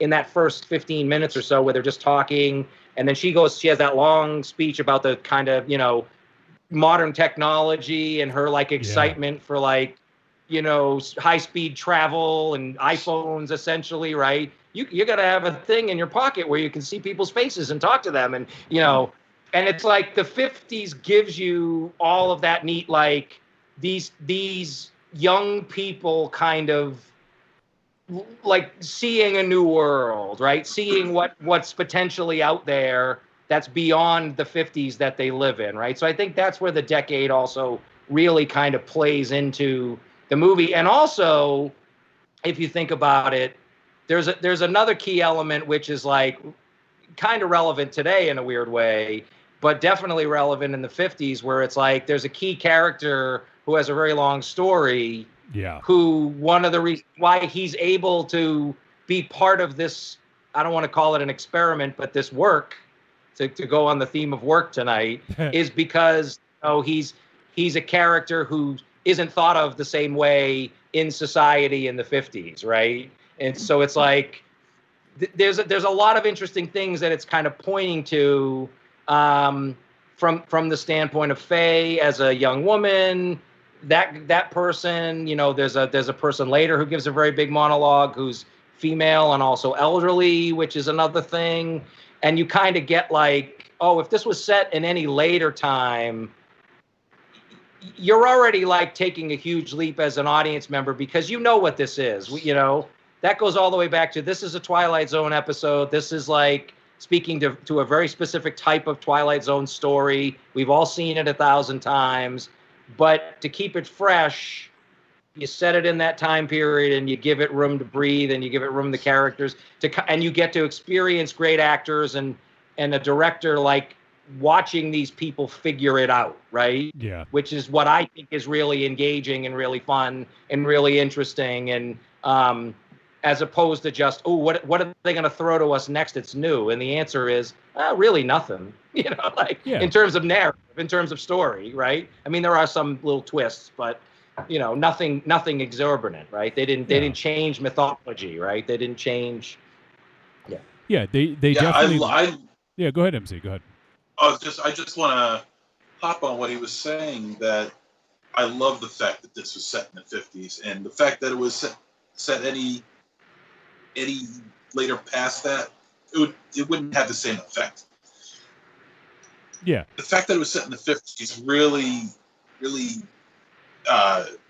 tightens a noose around the society of at that time of not maybe the country, but maybe the whole world, because in the 1950s, you know, sci-fi films were they were huge back then. And so, you know, teenagers, you know, they go out, of their age, go out to the movies, watch all these sci-fi films. Their brain starts, you know, scrambling around thinking that there's something out there. You know, so I think the idea of having this set in the 50s is absolutely perfect. Yeah, and the thing that I thought was really interesting, and Jay brought this up just to kind of comment on that, is during Billy's story on the radio, I like that seemed to take on even more gravity given the current, you know, cultural, socio-political climate of what's going on now. And I thought that was really almost kind of chilling. I was like, wow, like that was, you know, like just that little bit about Billy's character made a lot of sense at the time, because of course in the 50s nobody's gonna fucking believe him. And then we have the story about the woman, and it's these like typically people who aren't given a lot of credence, and that you wouldn't put a lot of stock in their stories, right? Like at the time. So it was interesting that these two younger adults or children or adults were looking through, hearing these stories through the filter of people who maybe could be written off as being crazy or whatever, and I just thought that was a really interesting way of presenting it. Go ahead, MZ. I can't. When you were talking about Billy, I'm so glad you brought up Billy, because I am more this. I'm willing to stake anything on this. That scene in particular was taken straight out of a real phone. I've known it for a couple of years now. There was this phone call that got called into a radio station, I think that's out west, that specializes in extraterrestrial phenomena. Was it Art Bell and back in the day? This is a guy coast to coast with Art Bell. Yeah. and he this caller claims to have worked at Area 51. And like I said, this call came out in 1997.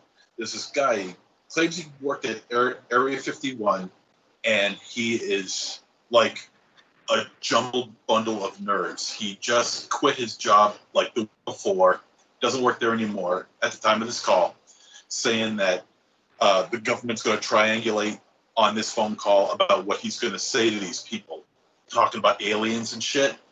And next thing you know, the phone call just cuts right off. And then the radio station cuts right off. And all the power cuts right off. And it took them several minutes to get back on the air when that backup generator started kicking in. And the people on the radio show, they're saying, we have never experienced anything like that before, ever. And they don't know if it was the government. They don't know if it was aliens. All they know is that it was something that has never, ever happened before. And the guy was just completely cut off. So with that scene with Billy, I would not be a bit surprised if it was taken from this particular phone call. And you could and just to prove it, there's on YouTube, if you go to Area 51 frantic phone call, you'll hear the phone call from the guy on that radio station. And there's a lot of similarities involved between that and what we see in this film. Yeah, I would not be surprised if that was an inspiration, because I do recall hearing some of that as well. So and I thought that this sort of sounded familiar when I was watching it. That I sort of recall something along the lines of this. I'm sure it wasn't the only time something like that happened either. So. Yeah, I thought that was really interesting, and that's when the movie, like, I liked what was going on in the film, but I was really zoned in after that, the call with Billy on the radio, because that was just the way it was presented, and it was filmed so well. It was just very simple. It just was, almost a static camera shot, and then they're fading to like black. And just the way they did it was really interesting, and it was really kind of gripping, Yeah, I think sorry, go ahead. Oh, where you go? Oh, I was just going to say, I think the fade to black was to mimic us losing contact with the outside world, maybe through government, maybe through aliens, who knows? Mm-hmm. But I think that was just done to slightly mimic the phone calls that were cut off. In my opinion, I could be wrong. Yeah, I was just gonna say about that scene is interesting to again in second watch, a lot for me personally too, because one, the fade to black is it's kind of, whenever a movie fades to black and stays in black and somebody's talking, that's all and so there really is an element there where you understand very clearly that if anything the director want you to right, and they don't want you to be looking at with images, right? So the idea is, there's something about that that's very sort of, it doesn't happen very much in movies where screen narrative You know, I mean, there's, you know, if it goes to black, it's text might come up and there's some narrative, but there's no visual. So that's interesting. The other thing about that scene that I like, which relates back to, because it's really like the third. I mean, you could call it the third scene in the movie, right? There's the scene in the gym, then there's the scene in the switchboard. There's a little bit of banter back and forth when she's calling him at the radio station, and then it goes to the call at the radio station. So it's really just like the third scene. Yeah. I mean, I know there's like little bits in between and cuts and stuff, but if you think about that character, Everett, at the beginning of the movie, he's walking around, he's talking, he's this hip, talking mile a minute, blah, blah, blah, blah. Hey, you gotta burn some biscuits, blah, blah, blah, blah, blah. And then all of a sudden it's like, you're either sitting in darkness or you're just watching this person listen. It's like, and what happens is a weird thing, because it's like, he's the guy, if you remember the scene when Faye and Everett are talking as he's walking her to work, right at the end there, where she's talking about all the stuff she read in the magazine about all the new technology. He's kind of like, he's appeasing her in some way and saying like, oh, that's great, that's cool. But the way he's talking about it is, that's all a crock of shit. It's all bullshit. That's what little kids think. That's what a 16-year-old girl who likes science thinks, like that people are gonna have technology in their pocket that they can talk to people with. But there's something about all of a sudden it's like this guy Billy, as you sort of articulated there, MZ, is like just shuts him up. Yeah. Completely shuts this DJ up, and then when he gets cut off, like you mentioned, he's like, we got to get him back. I gotta, I need to hear more. And it's like a very interesting scene in terms of character development, because from that point on, it's like that's where his character arc really starts to go in a different direction, right? And I said, so that scene is like masterful. Again, like you said, in black or just a couple of static shots of him just sitting at a switchboard, or not a switchboard, a console, just listening. And you're like completely engrossed, and the guy's telling the story, and he's got this cadence, and he's got this like way of telling it. And you as an audience member, at least for me, that's the thing. Like, I'm exhausted at 1 a.m, and I'm just like, where is this going? Like, I know this story, but I'm gripped here. I'm completely in, right? Like Billy is. I mean, not like Billy. It's like Everett is. So. Yeah, no, I would agree with that. I think that it was it's so simplistic, but it was masterfully done to kind of just maximize interest and tension. Like it just was like, oh, okay, what's going on here? And then you're just completely gripped by the story. And there's nothing, like you said, it's not like a story we've never heard before. There's nothing like, like, oh my God, I've never heard anything like that. It's just like, wow, yeah, okay, like I it's its presentation. Is exactly the way it was presented was absolutely what made it stand out so much.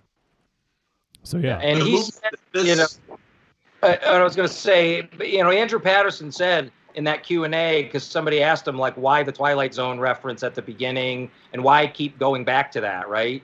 And his two things were, one, he was like, which relates to, this is a story we've heard before, this is a narrative we've heard before. We might be telling it in a different way, but we're not telling a different story.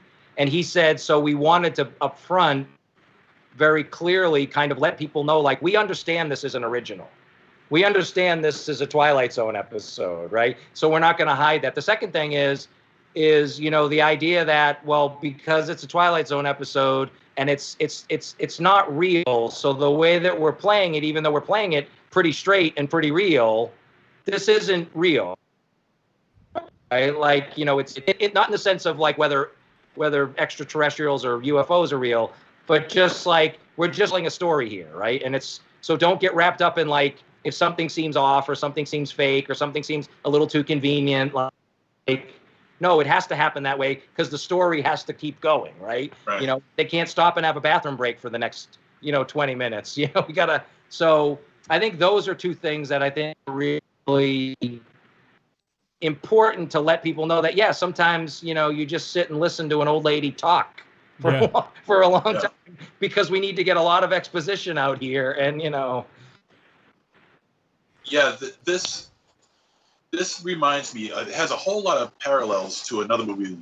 I'm sure you guys have heard me mention it once or twice. Pontypool, where this is a completely this is a different kind of movie where nothing really happens. It's just all dialogue driven, and the use of communication through telephones and getting the news through telephones, and it's absolutely chilling how they present this to you. How I don't know, man. It's just something about getting the news on the phone in cinema, in great films. Say like When a Stranger Calls or Black Christmas. Yeah. You know, and Pontypool and now Vast of Night. It's absolutely chilling how they present it in such a medium that we really take for granted, you know, and it's just done in such a masterful way. I can't help but making those comparisons between Pontypool and this film. It's very well done.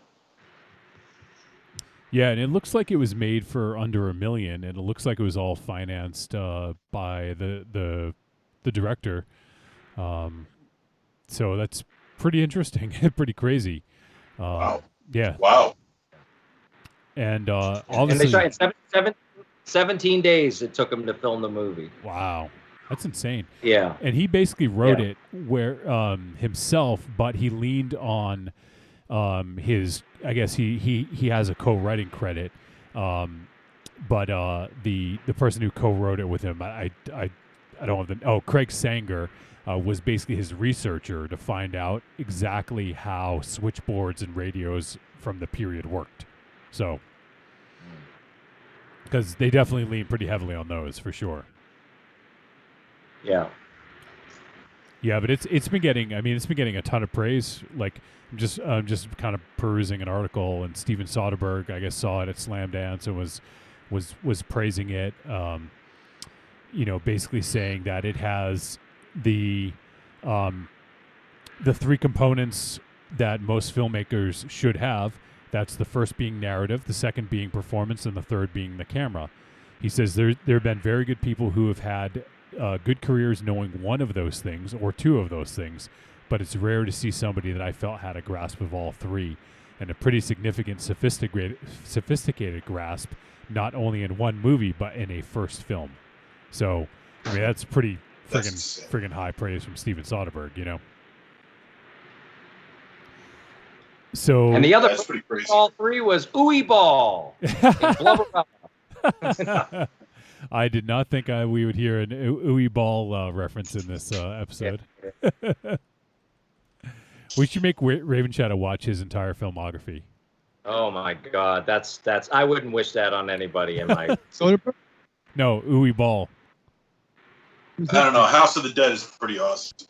House of the Dead is one of the worst movies I have ever seen. I saw it in the theater because I love the game, and that was like the closest I had ever come to walking out of a theater. Ooey Ball, yeah, he's a fucking maniac, right? Yes. Yeah. Did he do that? The corset movie. Postal. He did Postal. Yeah, that's his kind of most, I guess. Blood Rain, right? And that's right, yeah. What about Blubberella? Nobody likes to talk about Blubberella? Blubberella? Or as many boxing matches? Yeah. See, I'm fascinated by, if I can interject, I'm fascinated by Aries' take. I feel he was chomping at the bit earlier. I'd like to jump in on that. You calling Aries out? What, on the movie? Yeah, you calling Aries out? No, I want him to engage. I think he was ready. I want to hear your what's going on in your mind's eye. Why? All right, well, not anymore then. Now I don't. Okay, good. When that happens, Aries either hates or loves a movie. Like whenever he doesn't have much to say till the end, he's just waiting to unleash the Kraken, as they say. Yeah. So, and the The one scene I gotta that really, so that scene pulled me in, but then there was that scene, so they pulled up the recording that Faye heard, and then after the story with Billy, they went to the library to pick up all those tapes. And I love that, like, these seemingly goody two-shoes are like stealing bikes, stealing cars, breaking into the library, like all within like a 10-minute span. Which I thought was pretty telling about how interested they were in finding out more about this. But they find the tape, they play the tape that was in the library that has the sound that Faye heard on the radio. And the subsequent scene that follows, I thought was almost breathtaking. So it's kind of moving through the town, and then it gets to the basketball game, and then you're showing what looked like one continuous shot of the basketball game and everything going on inside the gymnasium there. And the way the camera moved, it just had like very choreographed moves, some great movements of it going up, and just like, I just thought that was kind of like a breathtaking scene, the way it was shot. Yeah, that was like Raimi Cam on acid, that scene. Raimi Cam on acid. Was it was. Jay, was there anything that came out of any of the Q&As about that specific scene? Well, I mean, I think people asked him how he did it, and I mean, again, it was a lot of, from what I understand, they didn't go into too many details, but I mean, it's just a lot of handoffs. It's a lot of, you know, it's the again, and that shot is before they start the break-in and stuff, because she's still at the. Oh. If you remember that shot starts with her in the switchboard room smoking the cigarette in the doorway. Yeah. And then it ends with him smoking the cigarette outside in the back door of the radio station. So you're right. Yeah. And you know what he said was, if I remember correctly, and again I'm probably butchering it a little bit, but the idea was that, again, they wanted to give you a sense of geography of like where everybody was, and to kind of show you that, because you know there's an element of the movie that at least in the narrative kind of talks about how it's when people are isolated and away from the crowd is when the shit happens, and when it's like, so the idea that they're kind of like, she's the only person in the downtown area, he's the only person out by the radio station, everybody's kind of in this gym, there's nobody else really around, so that's what allows them to kind of be, you know, the objects, if you will, to be sort of looked after or whatever. But you know, and you get the space, and he said, talk about the Raimi on acid. He said he wanted to kind of feel a little bit of menace, and almost like there was like some stalking the town, right? Like there's something on an acid. It's like that there was something, like putting it really low to the ground. It was like, is it a creature? Is there something like running around the town, like, you know, a monster, or what's, you know, again, playing into that 50s mythology, right? Monster movies and creatures. And when he talked about the actual making of it, it was really just the kind of the handoffs, right? He had a guy on a go-kart, you know, in the street, basically on his stomach, you know, with holding a camera 7 inches from the ground while they rushed this thing. And then when it got to the grass, it would be handed off to somebody in a little go-kart or something. And you know, apparently it really was extremely difficult, and actually a lot of the technical people who loved working on the movie apparently were really sort of frustrated that he kept trying to get this shot and he couldn't get it, right? They were like, what are we doing here? Why are we wasting all this time trying to like do this? And he kept him and the DP kept saying, no, we feel like we need this in the middle of the movie, or whenever it is, you know, in the first half of the movie, to inject some energy in something and do all these kind of narrative things, and trust us. If we pull it off, you know, which is what happens, that's what people will be talking about. The shot, the 4.5 minute shot that goes all the way through the town and does all this amazing, you know, stuff in his Sam Raimi on acid and all that. So, but I think, you know, there might be one hidden cut in there, maybe. I'm not 100%. I mean, I think I've never heard them acknowledge that. So I don't know if they just have ever been asked that and haven't answered, or if they've just never been asked, like, is there a hidden cut in there, right? You know, if nobody asks you if there's a hidden cut, why would you just come out and say, oh, yeah, there's like 3 hidden cuts in there, you know? Yeah. My hunch is there probably is, but if there is, it's done so well that, you know, it's hard to spot when you're just, you know, doing your thing. So Yeah, exactly. No, I would totally agree. And yeah, whether or not it was, it's still impressive that they were able to manage that shot the way they did. So yeah, that one really stood out to me quite a bit. And then after that, like, I guess the next, I mean, we have a lot happens, but then the next big scene is the interview with the woman, which also I thought was a very sort of poignant, very cool scene that really kind of brings you into the story again. And it really, I think the thing that a lot of films miss out on is engagement. Like, if people aren't engaged in a film, I feel like you could miss a lot of what's going on, a lot of the details. And I feel like this one, like, for people who are watching this who may tend to look on their phone, like look at like social media or whatever, like I do feel that this one would really pull a lot of people in and make them put their phones down or make them pay attention. And those scenes just do a lot to really draw you in. And that's why, like, you know, this movie had me from the beginning, but I would say that conversation with Billy on the radio, that 4.5 minute scene through the town and into the gymnasium, and then also the interview with the woman, the older woman, I thought also was one of those ones that were really grabbed you. And also obviously the end, as you know, we'll talk a little bit more about, I thought was all like really great job of capturing the viewer and getting you really invested in what's going on screen. And I thought that went a long way to really making this film probably more charming than it deserved, you know? Aries, do you have anything, or you want to wait? I'll just wait until the end. Yeah. Oh, Raven Shadow trying to call you out. Oh, man. What's that shit, Raven Shadow? I wanted to bring. I was going for the hot tag. The what? The hot tag. Oh, I thought you said the hot tang. I was like, what? All right, well then let's hear what Raven Shadow has to think then. Let's hear what he thinks. About what? About what? What are we doing here, Raven Shadow? What are we? Yeah, what are we doing here, Raven Shadow? What are we even doing here? We're discussing a film. I've made my comments about the Ferris Bueller. No. In No, Russia. we're just film. We don't know what you're doing. Motherfucker, really? You sit in your castle. And he's got a smug look on his face.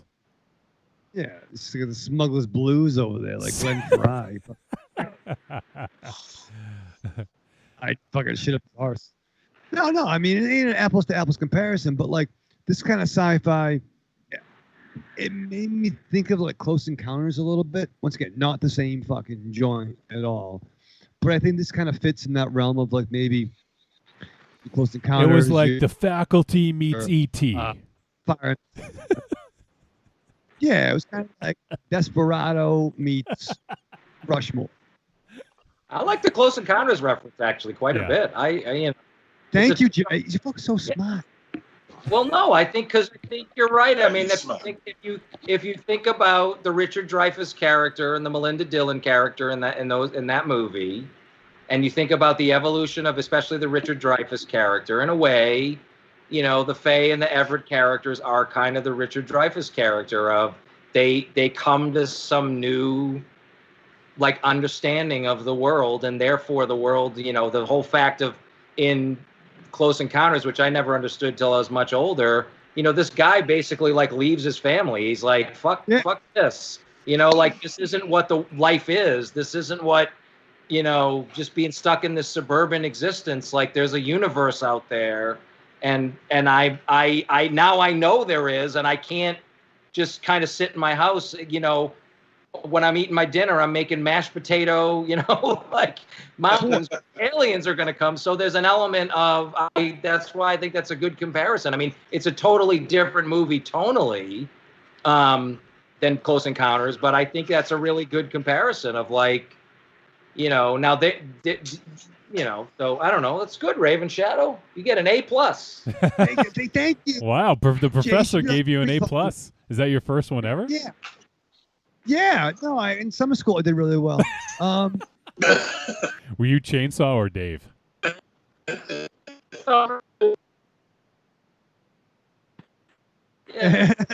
Psychopath. With psychopath Gil. But exactly. So you get some. Yeah. So zipper got stuck. I fucking. Creepy Girl says, "Woo, digging the cut off sleeves, MZ." Did I lose you guys? You guys there? Yeah. You lost you for a second. Okay, I lost you for a second. Aliens. Yeah. Yo, did you guys hear that? It sounded like the same thing from the movie. Creepy Girl was commenting on your cutoff, MZ. She likes your cutoff. Your cutoff shirt. And I had to let her know that that they never sent the muscles with that muscle shirt. Yeah, the muscles are coming in next week. Yeah. I'm in my underwear too. Oh boy. The lazy one. MZ's in the lazy zone. Lazy boys. All right. Let me see. We're getting close here where we should probably start to wrap things up. I'm trying to think if there's anything else that bears mentioning about this.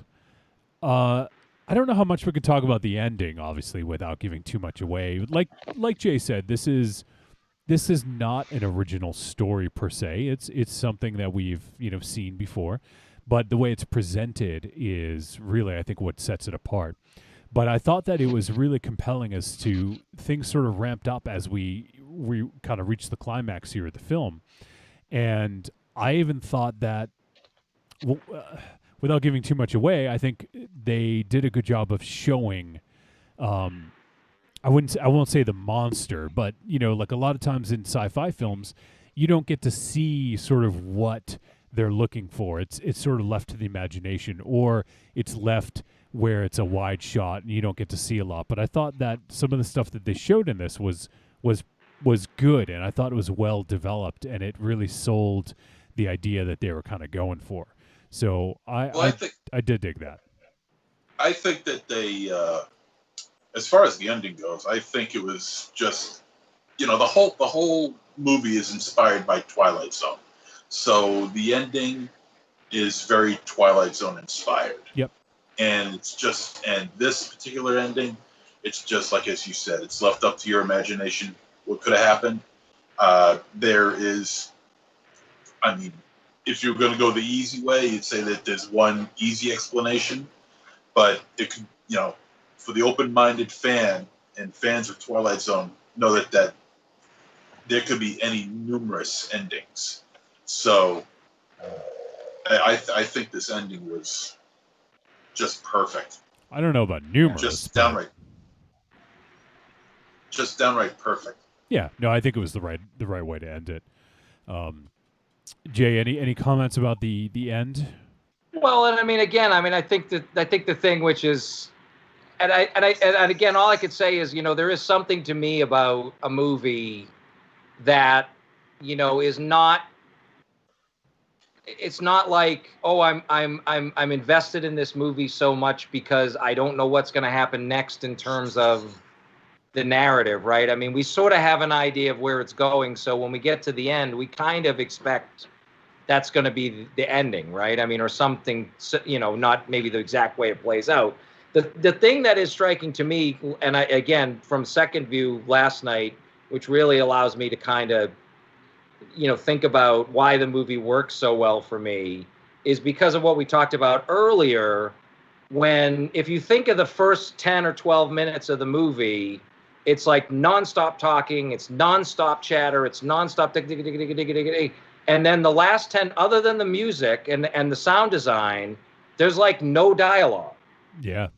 I mean, there's a couple of lines sort of peppered in there, but so again, this is one of those things where you know, it's like even if you're sort of watching the movie the first time and you're just like, yeah, okay, it was, you know, all right, there was a thing, and all right, the acting was really good and the filmmaker was really good, but I didn't feel like I got anything, you know, for my money, right? You know, like, it's like when you think about it and you really think about how it's crafted. And again, I think, you know, when you talked about the Soderbergh thing about you have a good narrative, you have good performances, and you have good, I mean, those performances are so good to me that you live with these characters for so long that it's like they're just there and stuff's happening around them. And you're just like, you know, you've kind of been with these people on this kind of journey where you're seeing them. Again, I don't know what the right word is, but they're not the same people they were at the beginning of the movie. And to me, when you think about like a movie and how you want characters, even in the simplest, you know, kind of causal linear narrative, like that's really impactful to see those people in that moment. And especially when you see the two of them. I know there's a third element there, which I don't want to talk about too much, but you know, when you see the two of them together and sort of how they started and how they end, you go, okay, yeah, like, and again, then you get into the mystery. Who knows what happened? It's a little vague. We're not really sure. But again, if you know Twilight Zone, you know, there's more to this. Think about it. So that's, I think, the silence to me and the lack of dialogue, because there are these sort of big moments of dialogue throughout the film where the movie just jettisoned all away. You don't need to say anything. You just need music and sound design and some visuals. And that's like pure cinema, right? That's like pure on a shoestring budget. Here's the money shot, right? Here's where we were going, and you knew we were going here, and here it is, and bye. You know? Yeah. And everyone walks out of the gymnasium and goes back into their lives after the basketball game, right? Life goes again with them. So yeah. That's a great way of putting it, and you're absolutely right in terms of how it starts. It's like the dialogue is going a mile a minute, and then at the end it is very much almost the opposite, and it does show quite a bit in the sort of the juxtaposition of those two things. So I think that's a really interesting point, and definitely is emphasized by the way that it ends. So yeah, no, I really dug that sort of that shift. And you know, I think the movie did a lot of strong things on its way to that climax as well. Yeah, and I don't want to, you know, I don't have too much more to say, but I don't want to disregard the fact, though, too. It's not silent, right? It's not the beginning of There Will Be Blood. Right?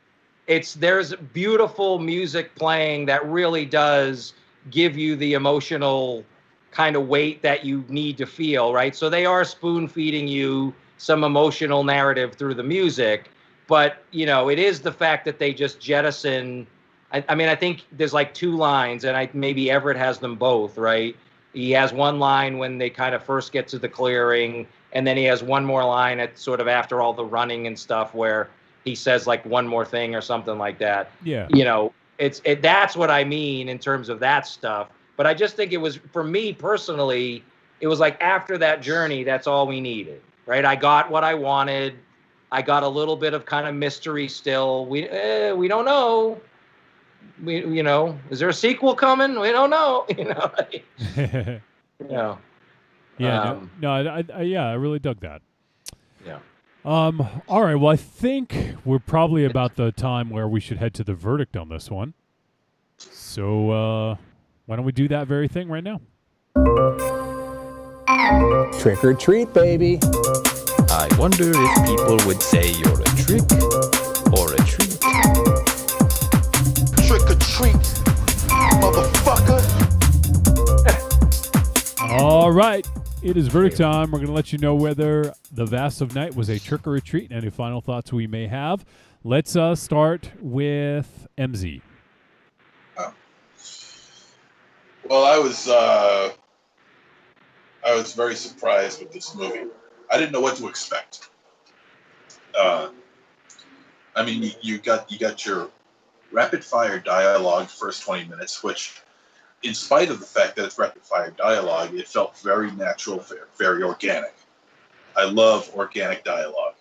Then you got the crazy Raimi cam on acid shit going on. I mean, so, and then you got this, as Wolfie brings up the static shots, and that one scene in particular with the switchboard operator, which went on unbroken for like 10 minutes or so, and she's carrying that all by herself, really, which is really, really, I mean, it's just, not so much trying to keep the line, keep her lines going on, but also staying in character as well. So to do that for that amount of time and make it succeed on camera, excellent job. I think the tension ratchets up nicely, beautifully, in fact. I think the score sounds familiar to me. It sounds like it's referenced from several different scores. I cannot pinpoint what they are, though, and it's eaten me alive because I know I've heard these scores before. Well, it was an original score, and I think it's just supposed to be evocative because there is some theremin in there. There's some sort of like classic sci-fi thing. So I think it's just supposed to be evocative. That was just my thought. It just sounded very inspired by, which is not a complaint, but it's just something of note. I think the ending was great. I think the performances were great. I think the setting was perfect. That at the beginning of that Raimi cam shot, it looked like it was a miniature set at first. Then when they started bobbing and weaving all over the place, I'm like, oh shit, this is the real deal. So I thought that was pretty cool. Like I said, I think the tension ratcheted up really great. I couldn't wait to see what was going to happen next. Dialogue, yes, but you know what? I'm fine with that. The scene where, what's his name? Everett was testing all the different tapes, taking him off the spools, putting them back on, taking him off the spools, putting them back on for a good solid 6 minutes, maybe even longer. So the camera work in this movie really plays a huge part in the tension of this movie. I love this movie. This was fantastic. I want to see it again. And I think I will see it again. I was about to say, well, you can't. Yeah.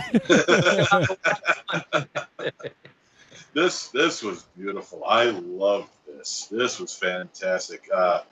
And one of the year's very best. I'll say that. Wow. This was fantastic. I love this. This is a very, very high treat. Awesome. Raven Chat, are you still there? I lost your camera. I just want to make sure you're there audio. I'm here. Okay. So I don't know. I'll try to get your camera back. But now that we got you audio, why don't you go ahead and give your verdict, Raven Shadow? All right. As Johnny mentioned, as much as I have an affinity for movies that could be stage plays, I love radio. You wouldn't know it from the 400 episodes of this program, but it's my favorite medium, and I love it so much. And I love movies that involve radio. What was that fucking movie? Good Night and Good Luck. The fucking Edwin. Oh yeah. Yeah, I had some significant dental work happening when I watched that. I rented that from Starship Video, and it might have been under the fucking influence of hydrocodone, but that was good. Maybe I rented that movie to you. Yeah. You may have, yeah. I wouldn't have been. Good Night, Good Luck. I wouldn't have been working there, I don't think. No. I think you were gone. Yeah. But I'm saying is I love radio. I do. And I like that this was set in that world. And it was fun. I think I do agree with mostly what everyone said. Watching this, I was engrossed in the dialogue, which I loved, but knowing that Professor J recommended it and it had a light zone, there'd be some punchline coming in, and the punchline was fine. I enjoyed this a lot. I like, for a first time fucking filmmaker, good for you, sir. Yeah. That's not fucking too shabby. I mean, you still gotta You still got to make some shorts and one more film to equal, John Van Beber or whatever the fuck. Van Bebs. Fucking ass. Van Bebs. Yeah, Van Bebbies. Van Bebs, but Yeah. But you're on a good start, sir. So I would say this is a treat, man. All right. The man we've all been waiting for. Let's see what Aries thinks. I'm sorry, Aries. I'm sorry. You know what? I really hate when it boils down to this, to the fact that I only talk at the review because I feel like everyone just kind of waits for it. And this is more of just that they're beyond Raven Shadow trying to draw me into the discussion.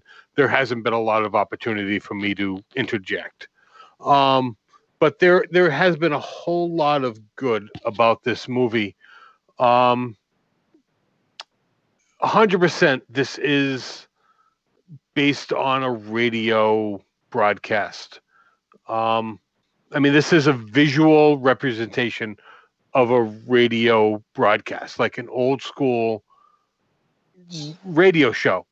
I do enjoy listening to those.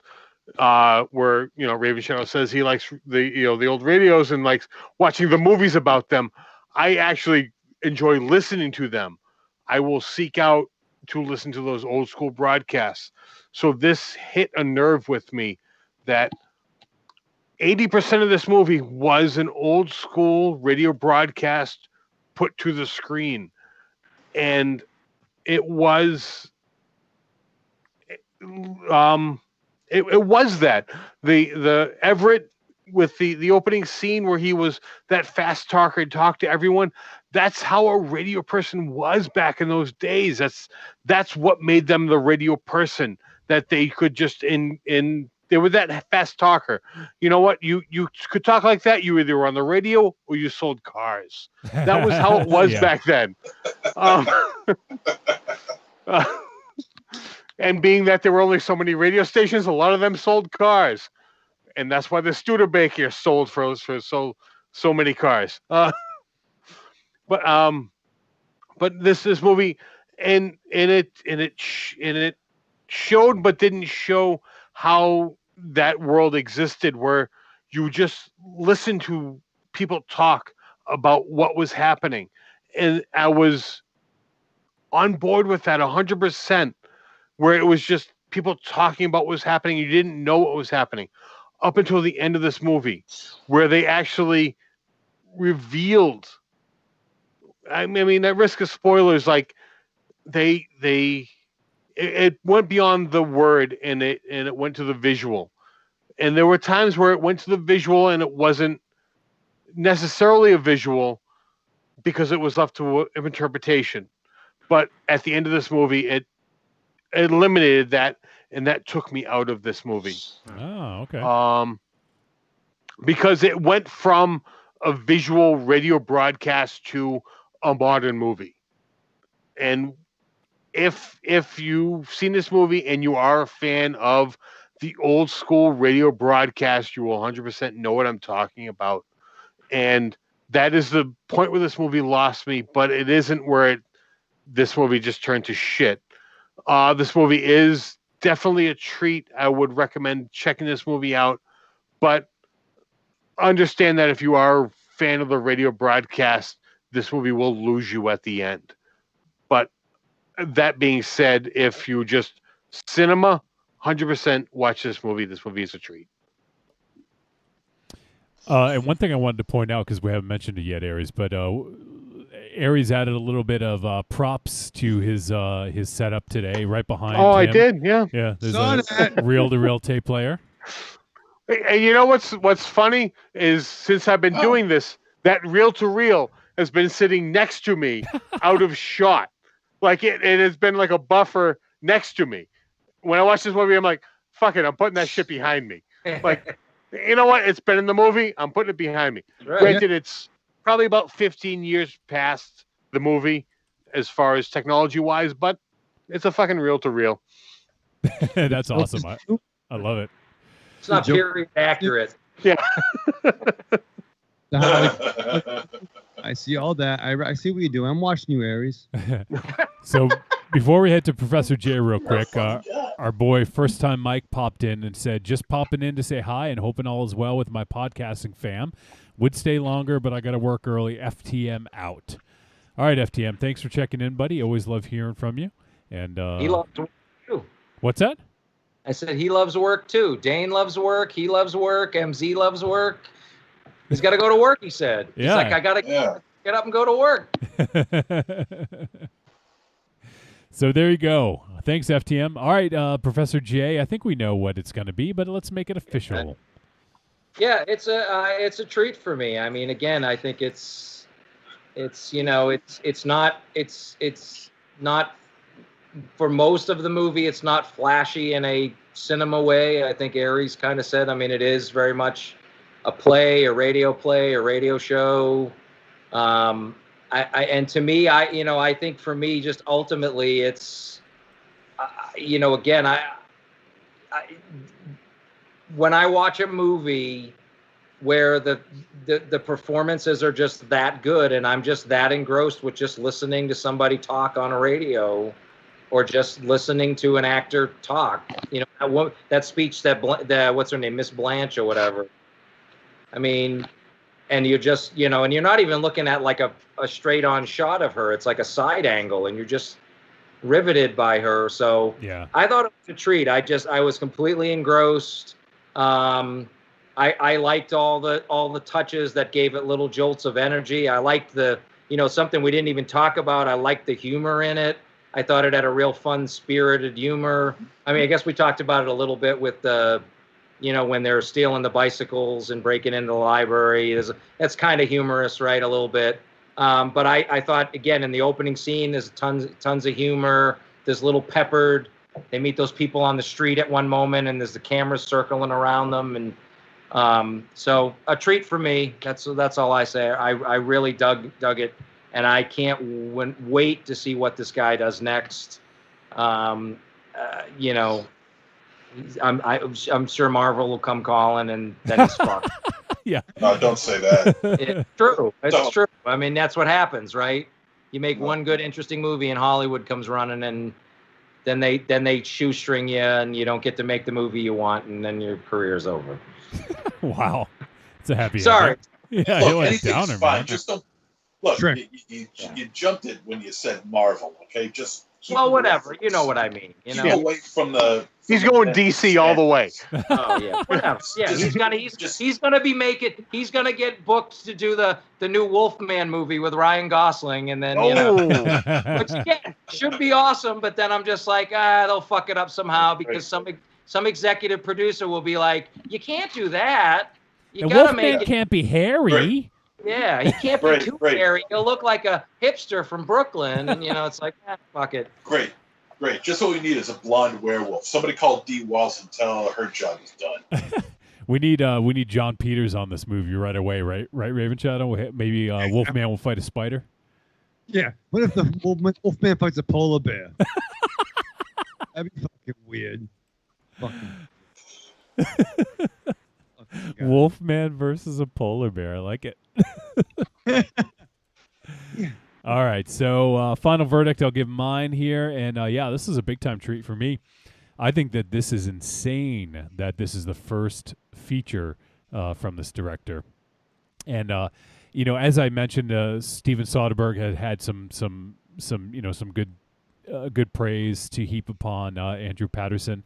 I even saw some film reviewers, like well-respected film reviewers, saying that they thought this was as strong of a debut as Christopher Nolan's Following, which had a similar trajectory of playing slam dance, and and then now look at Nolan. He's probably one of the most must-see directors in terms of Hollywood. And obviously Raven Shadow, he did some small films like Memento, the things that we dig.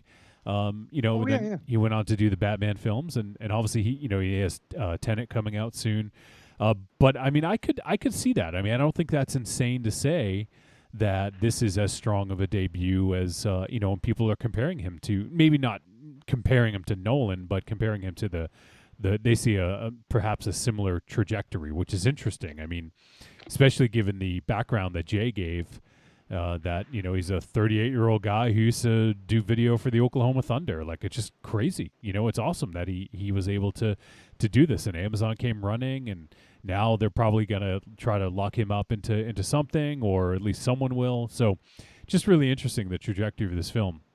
And so I think this film was super smart. It was well shot, well written. It did so many things right. It didn't break any new ground in terms of sci-fi, but it really leaned on a lot of those cinematic shorthand that had come prior to really just kind of sell what was going on. So I think this is definitely going to take a lot of people by surprise, and I think all fans of the Twilight Zone, X-Files, alien conspiracy shows, things like that, should definitely seek this out. Everything works so well. Like, everything was in perfect unison. The script, the score, the camera work, the tension being built, everything. So I think this is a treat, and I think a lot of people are gonna really like this. And it's on Amazon Prime. So if you have Prime, you can just watch this, with Prime, essentially free of charge. So there's no reason not to see it if you have Prime. And definitely check this out. I think that Andrew Patterson is definitely someone to keep an eye on, and I can't wait to see what's going to be next. If this is his first feature, like, I just can't even imagine what he's going to do next. So big time treat for us, and looks like for the most part pretty well received. So I think a lot of people out there are going to dig this film, and I think people should check it out. About 20 minutes ago, MZ. Looks like Creepy Girl said, "Prove it." I think she wants you to prove that you're wearing just your underwear. I'm not suggesting you do that. Yeah. Oh, but, Come on. Let's see the Anybody lazy. have a beverage for me? Yeah, let's see the lazy one. All right. Oh, he's gonna do it. Yeah. He's gonna do it for Creepy Girl, of course. There's the guy. Oh. Wow. Does it say "bite me" on your shorts? Yes, it does. That With a was big the opposite shark of on it. sexy. Why did I ask? Oh, we probably could have made her pay for that. Come on. I'm regretting that. And the funny thing is, she actually left the chat room. Oh. We didn't even need to do that. Oh, Jesus. I hate my life. So it's a show all for you. Yeah, that's Patreon extra content. That's content right there. Giving that shit away for free. Yeah. All right. So next week. You're not going to keep the lights on that way. Yeah. They want the lights off now after that. So next week, we're actually going to be talking about the #1 film in America for the last four weeks in a row. A Rainy Day in New York? Oh, wait. You said America. Yes, in America. It's just we'll talk more about it next week. It's just crazy how this is the #1 film in America. But, just the right confluence of events, a pandemic, like drive-ins opening, and there you have it. The Wretched is your #1 film in America for the last month. So a film that we normally would have just done on VOD, happened to get in a few drive-ins, and it did well, and it got into a few more. So we'll be talking about The Wretched next week. And I believe... let me just actually double check. I want to make sure that this is also available on VOD, and maybe I don't know if they held it back because it was on in scenes, but I think it's on Prime as well. Yeah, so you can get this. It's not Prime Video, but you can rent it. So if you don't want to go to the drive-in, you can rent this on VOD. So The Wretched, we'll be talking about that next week from IFC Midnight. So if you want to play along at home, feel free. All right, so we're going to start to wind things down here. We got only one voice message, but we will check that out. Raven Shadow, you're going to be very interested in this voicemail. Really? Yes. Because it is from your partner on the upcoming Bomba Radio. Don't tell me. The soon to never be released Bomba Radio. Is it fucking Nathan Cotton, Cody Vance Duke? It sure is. Oh, fuck. You better get a cigarette. Oh, you can't smoke in there. Never mind. You got a drink? Yeah, I'm taking my pants off. Like MZ? Turn the mic up a little bit. More bass, Johnny. All right, so we are going to hear from Nathan Cotton Coy Vance Duke, the third Junior Esquire, whatever his name is. But let's hear from our boy. He hasn't checked in a while. Let's hear what he has to say. Hey guys, this is Cody. I'm going to try and keep this as brief as I can, but obviously it's been a minute, so I'm going to try and catch up on the past few months with you guys here. I fell way behind, but I'm contemporary again. MZ early on in the year responsible for some real bangers in terms of just comments. Starting an episode saying, some people reached out to me over the weekend saying, I went too far in my tirade against the San Diego chicken. That one of the funniest things I've heard in a very long time. Just the idea of reaching out to someone because they went too far in what they had to say about the San Diego chicken. The idea of anybody having a tirade against the San Diego chicken whatsoever. Also was funny as I had listened to the episode prior to that, no idea of what the fuck he was talking about. Apparently I missed something very explosive. And then a few weeks or months later, whatever, you guys covered Little Monsters, in which MZ says, Josh Gad is a god. It's like, I can't stand Josh Gad. That sentiment from any other adult man would just get way under my skin. But something about MZ just loving Josh Gad is extremely funny to me. So just knocking him out of the park left and right there. You at one point were talking about all the movies you're going to be covering in the coming months. Some real heavy hitters, the Color Out of Space, and a few others that y'all were excited about. One of them was the Danzig movie, which I can't help but notice you guys didn't cover. Did you not cover it because it sucked too much? I saw it and I thought it kind of sucked too much. It really is a remarkably bad movie, like truly not overhyped in how much it sucks, but at the same time, not great for like long form conversation either. So just kind of curious about that one. And The Lodge is one of my favorite movies in recent years. I'm so glad you guys liked it. I saw it just before you guys covered it, and I thought, gosh, I hope Trick or Treat Radio covers this movie. But I hope they do it at a time where things are a little less bleak. Maybe our COVID situation has died down a little bit. So I know at least it's been really weighing on my man Michael Ravenshadow pretty heavily. And I didn't want that, kind of a bleak movie. I think my Letterboxd review was Michael Haneke's Problem Child 2. I think it's a decent distillation of it. But I'm glad it was not so bleak and claustrophobic as to totally torpedo people enjoying it. I thought it was pretty great. And this movie tonight, The Vast of Night, I hope you guys liked that one as well. I know at least Professor J does. Just a super good movie. The framing device is pretty useless. I like The Twilight Zone and The Outer Limits as much as anybody else, but just cutting to the vintage television periodically and the black and white image just doesn't ruin the movie by any means, but doesn't do it any favors either. Nice to see a genre movie that's sort of a movie first, with its thoughtful writing and that kind of thing, and then genre after that. Also reminded me of the Coast to Coast AM Area 51 call. There you go. Which I'm sure a few of you have probably heard. If you haven't, then do yourself a favor and YouTube that. One of just the most chilling radio broadcasts of all time, probably. Anyway, I am looking forward to listening to tonight's show. I hope Raven Shadow's Hanukkah of debauchery comes together. Sounds like such a good time, just a Rosh Hashanah of getting toe up from the flow up. Just sounds like a good time. And I'll have to make my way up to Massachusetts for finger painting night and s'mores night and pottery night and whatever else we've got lined up for this big to-do. In any case, I'm sorry to have prattled on for so long.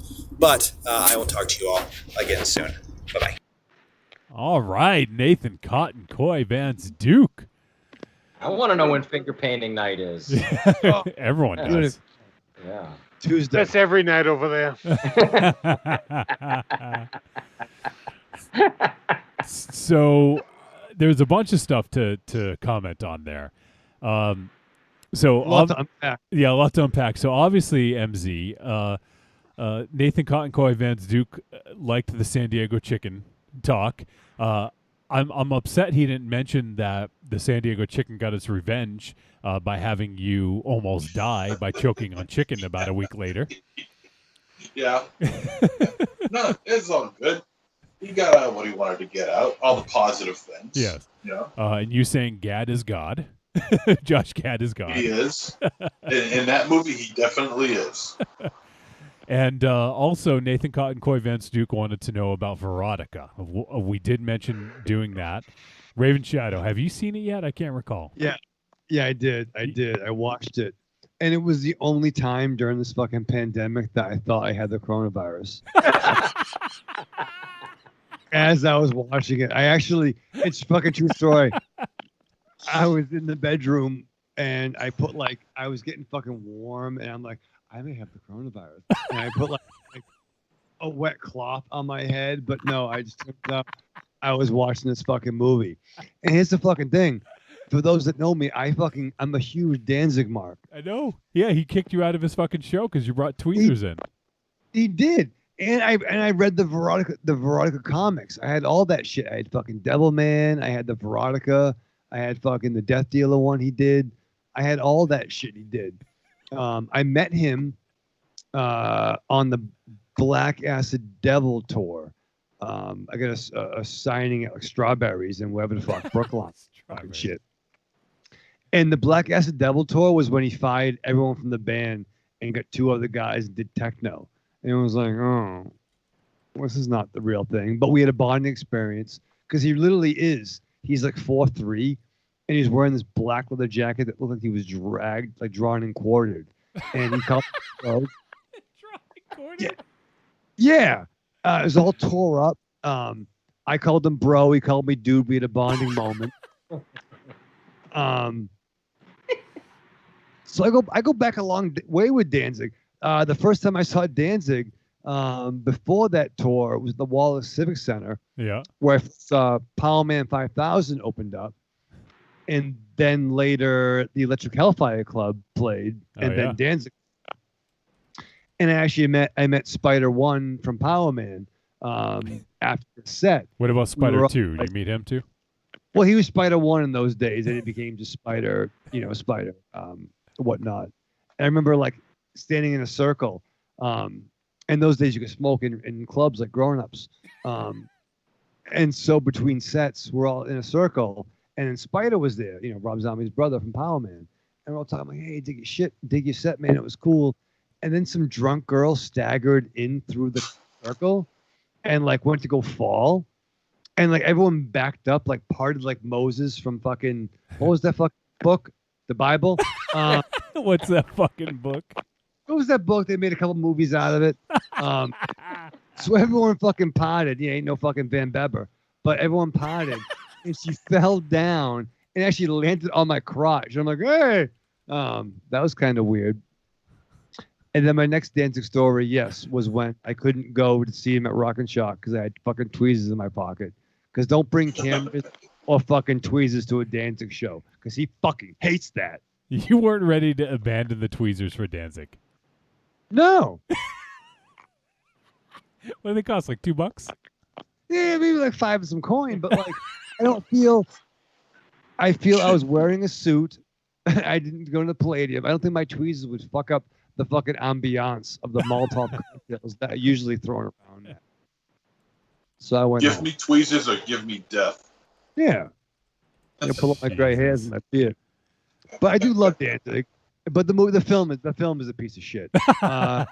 Jeremy McFarlane did a great job reviewing it on his broadcast. I don't know how you can get that many strippers into a film and not be sexy. Not strippers, porn stars.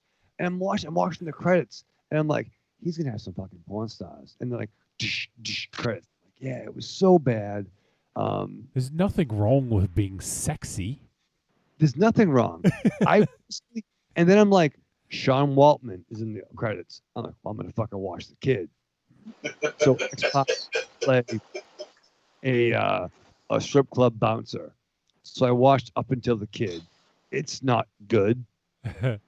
Yeah. It's bad. It's fucking bad.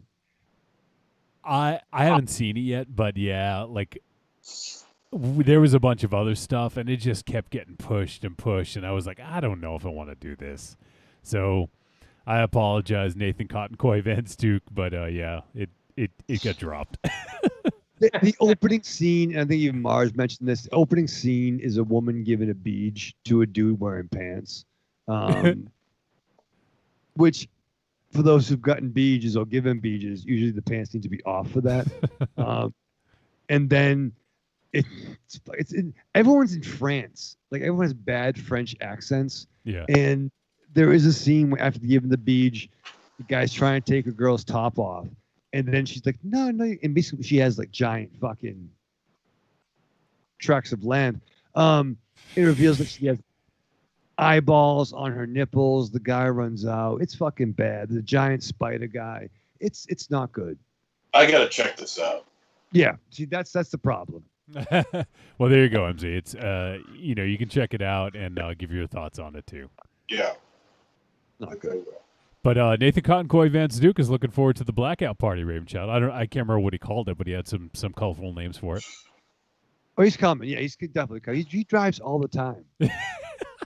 He goes on vacation. It's vacation. Yeah. He goes down the road and yeah, he goes overnight stay, goes to long finger painting party and goes home. Long vacation for a day trip. Did we get a verdict on whether the vacation is a day trip or not? It was not a vacation. Not a vacation. Yep, not a vacation. Sorry, MZ. Gives a shit. It was 100% no. And how many votes? One. And should MZ be a super was split down the middle, 50%. That should have been 100% yes. Oh shit! So I want to see MZ as the super and Raven Shadow as a tenant. Oh boy, That's a sitcom. That's a sitcom. Yeah. I'm like every time his chitter's busted, and he's like he can't. The window, the screens pops out of the window. He's got to come on. I need you to. Well, it would have to have a very 1980s upbeat style theme song and intro. Yeah, and it's like MZ has to keep telling him to stop leaving his cigarette butts out in front of the building. I told you, I put the thing there so you could put the cigarette butts in the sand. And yeah, Raven Shadow don't give a fuck about that. Yeah, no, that's the thing. Raven Shadow's like, you work for me. This is my, come on. And, fix the ceiling fan. That's right. Fix the fan, fix the microwave, get my Hot Pockets going. Yeah, he'd call the super to cook his food for him. That's the right. fucking jacuzzi's broken, asshole. Do you want MZ? What's suds? Do you want MZ cooking your food? No. He can cook a Hot Pocket. He can't even cut. Yeah. He can't even cut the Uncrustable. The edges off the Uncrustables. He'll die. What? He's allergic to peanut butter. Yeah. Oh. It's a fucking Who's gonna get your Uncrustables, Raven Shadow? My mom. Because she loves me. I did have to tell her, I'm like, Mom, you gotta stop buying me fucking cottons of cigarettes. Brilliant. Like, I love it. I love it. You don't need to do that. She's an enabler. Yeah. Well. Welcome to my fucking psyche. Yes. I will get in my stocking. I will get a pack of fucking like 6 lighters. Like, Mom, you shouldn't. do that. I'll get like fucking a Boba Fett fucking luggage, lighters and cigarettes, and then like some thermals. That's my Christmas. I'm 43 years old. It's awesome. But yeah, you love it. Maybe I shouldn't. Yeah. All He right. gets the carton of Marlboros with the extra T-shirt. Yeah, you get this.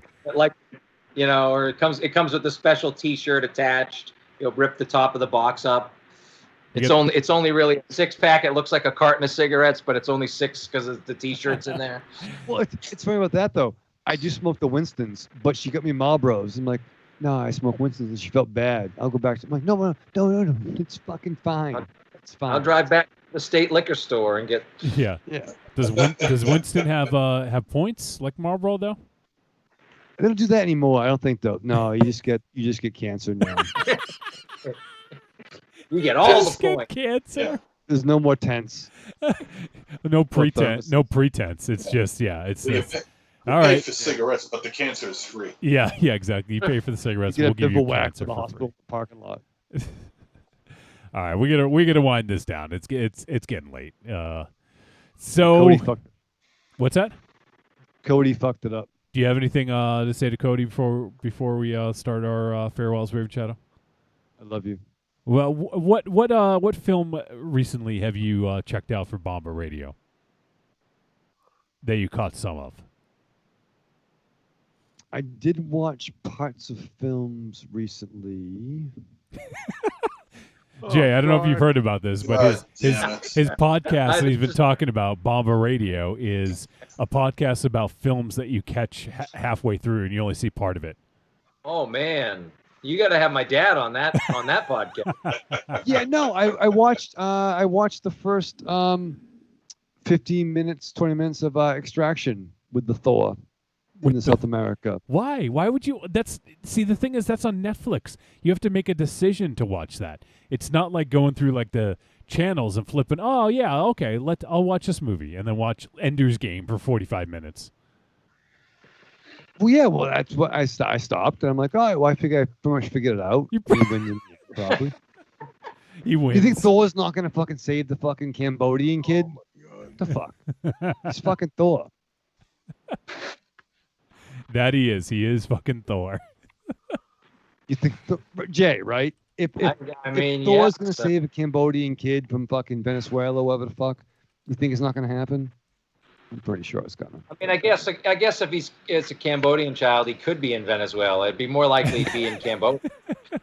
Yeah, I didn't look at a map. Is it a vacation as a holiday in Cambodia, Raven Shadow? Is that yes, it's a holiday. Is that considered a vacation? It's a Bob Hope Hemsworth movie, Holiday in Cambodia. Who's this cat? Look at this cat. Yeah. Yeah. Is that s'mores? Yep. Oh, there you go. All right. Well, let's say goodbye. So, Jay, do you have anything you want to talk about? Anything you want to promote? Anything you want? I don't know. Any other movies people should watch? No, there's some stuff coming up. I think that will be good to, but then stuff's not out yet. So. Well, you can let us know, and we'll have you back. Yeah, there's a movie. I'll just say there's a movie I watched the other night. It's coming out, I think, the end of this month, and I knew nothing about it, as I want to not. And I watched it, and I was like, "Holy shit, that was a good movie." But no, I got nothing. Just thanks for having me as always. I appreciate it. Yeah. That's all. Yeah. All right. So let's go around the room and say goodbye, starting with MZ. Arrivederci, douchebags. All right, Aries. Goodbye. It's a good thing Aries gets paid by the minute. Oh God. You know what? People, I'm sorry for this episode. Why are you sorry? I don't know. I just feel like I need to apologize for this episode. We're usually better. We have Professor J on a lot, so come back. This one was good. Raven Shadow talking about tennis. Yeah. All right, Raven Shadow, say your goodbyes. All right, live fast, love hard, survive with your mask on. There you There go. you go. There you are. Well done. I feel like I want to say something poignant, but I just don't. I don't feel I can do it any justice. I think there's other people out there in the world that are saying much more poignant things that I could say. But just fucking be nice to people and listen to people. You know, listen to people and their struggle, and just be a little extra nicer if you can, because there's a lot of shit going on. There's a lot of people that are struggling right now. So just lend an ear and listen to people's problems, because it you know, it's definitely worth it, because especially us. I mean, we're a panel of 5 white dudes.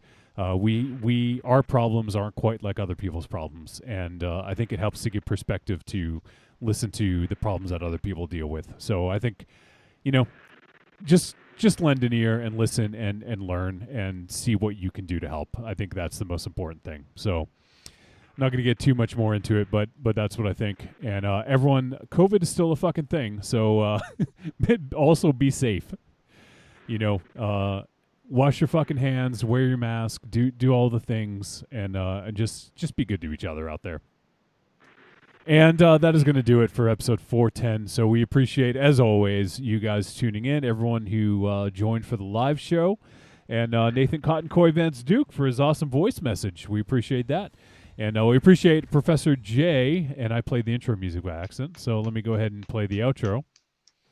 We appreciate Professor J, as always, lending his professional knowledge about film. We appreciate it, and he makes us sound smarter, and he's an awesome dude. So thank you to Professor J, and thank you to everyone who tuned in. We'll see you guys next week.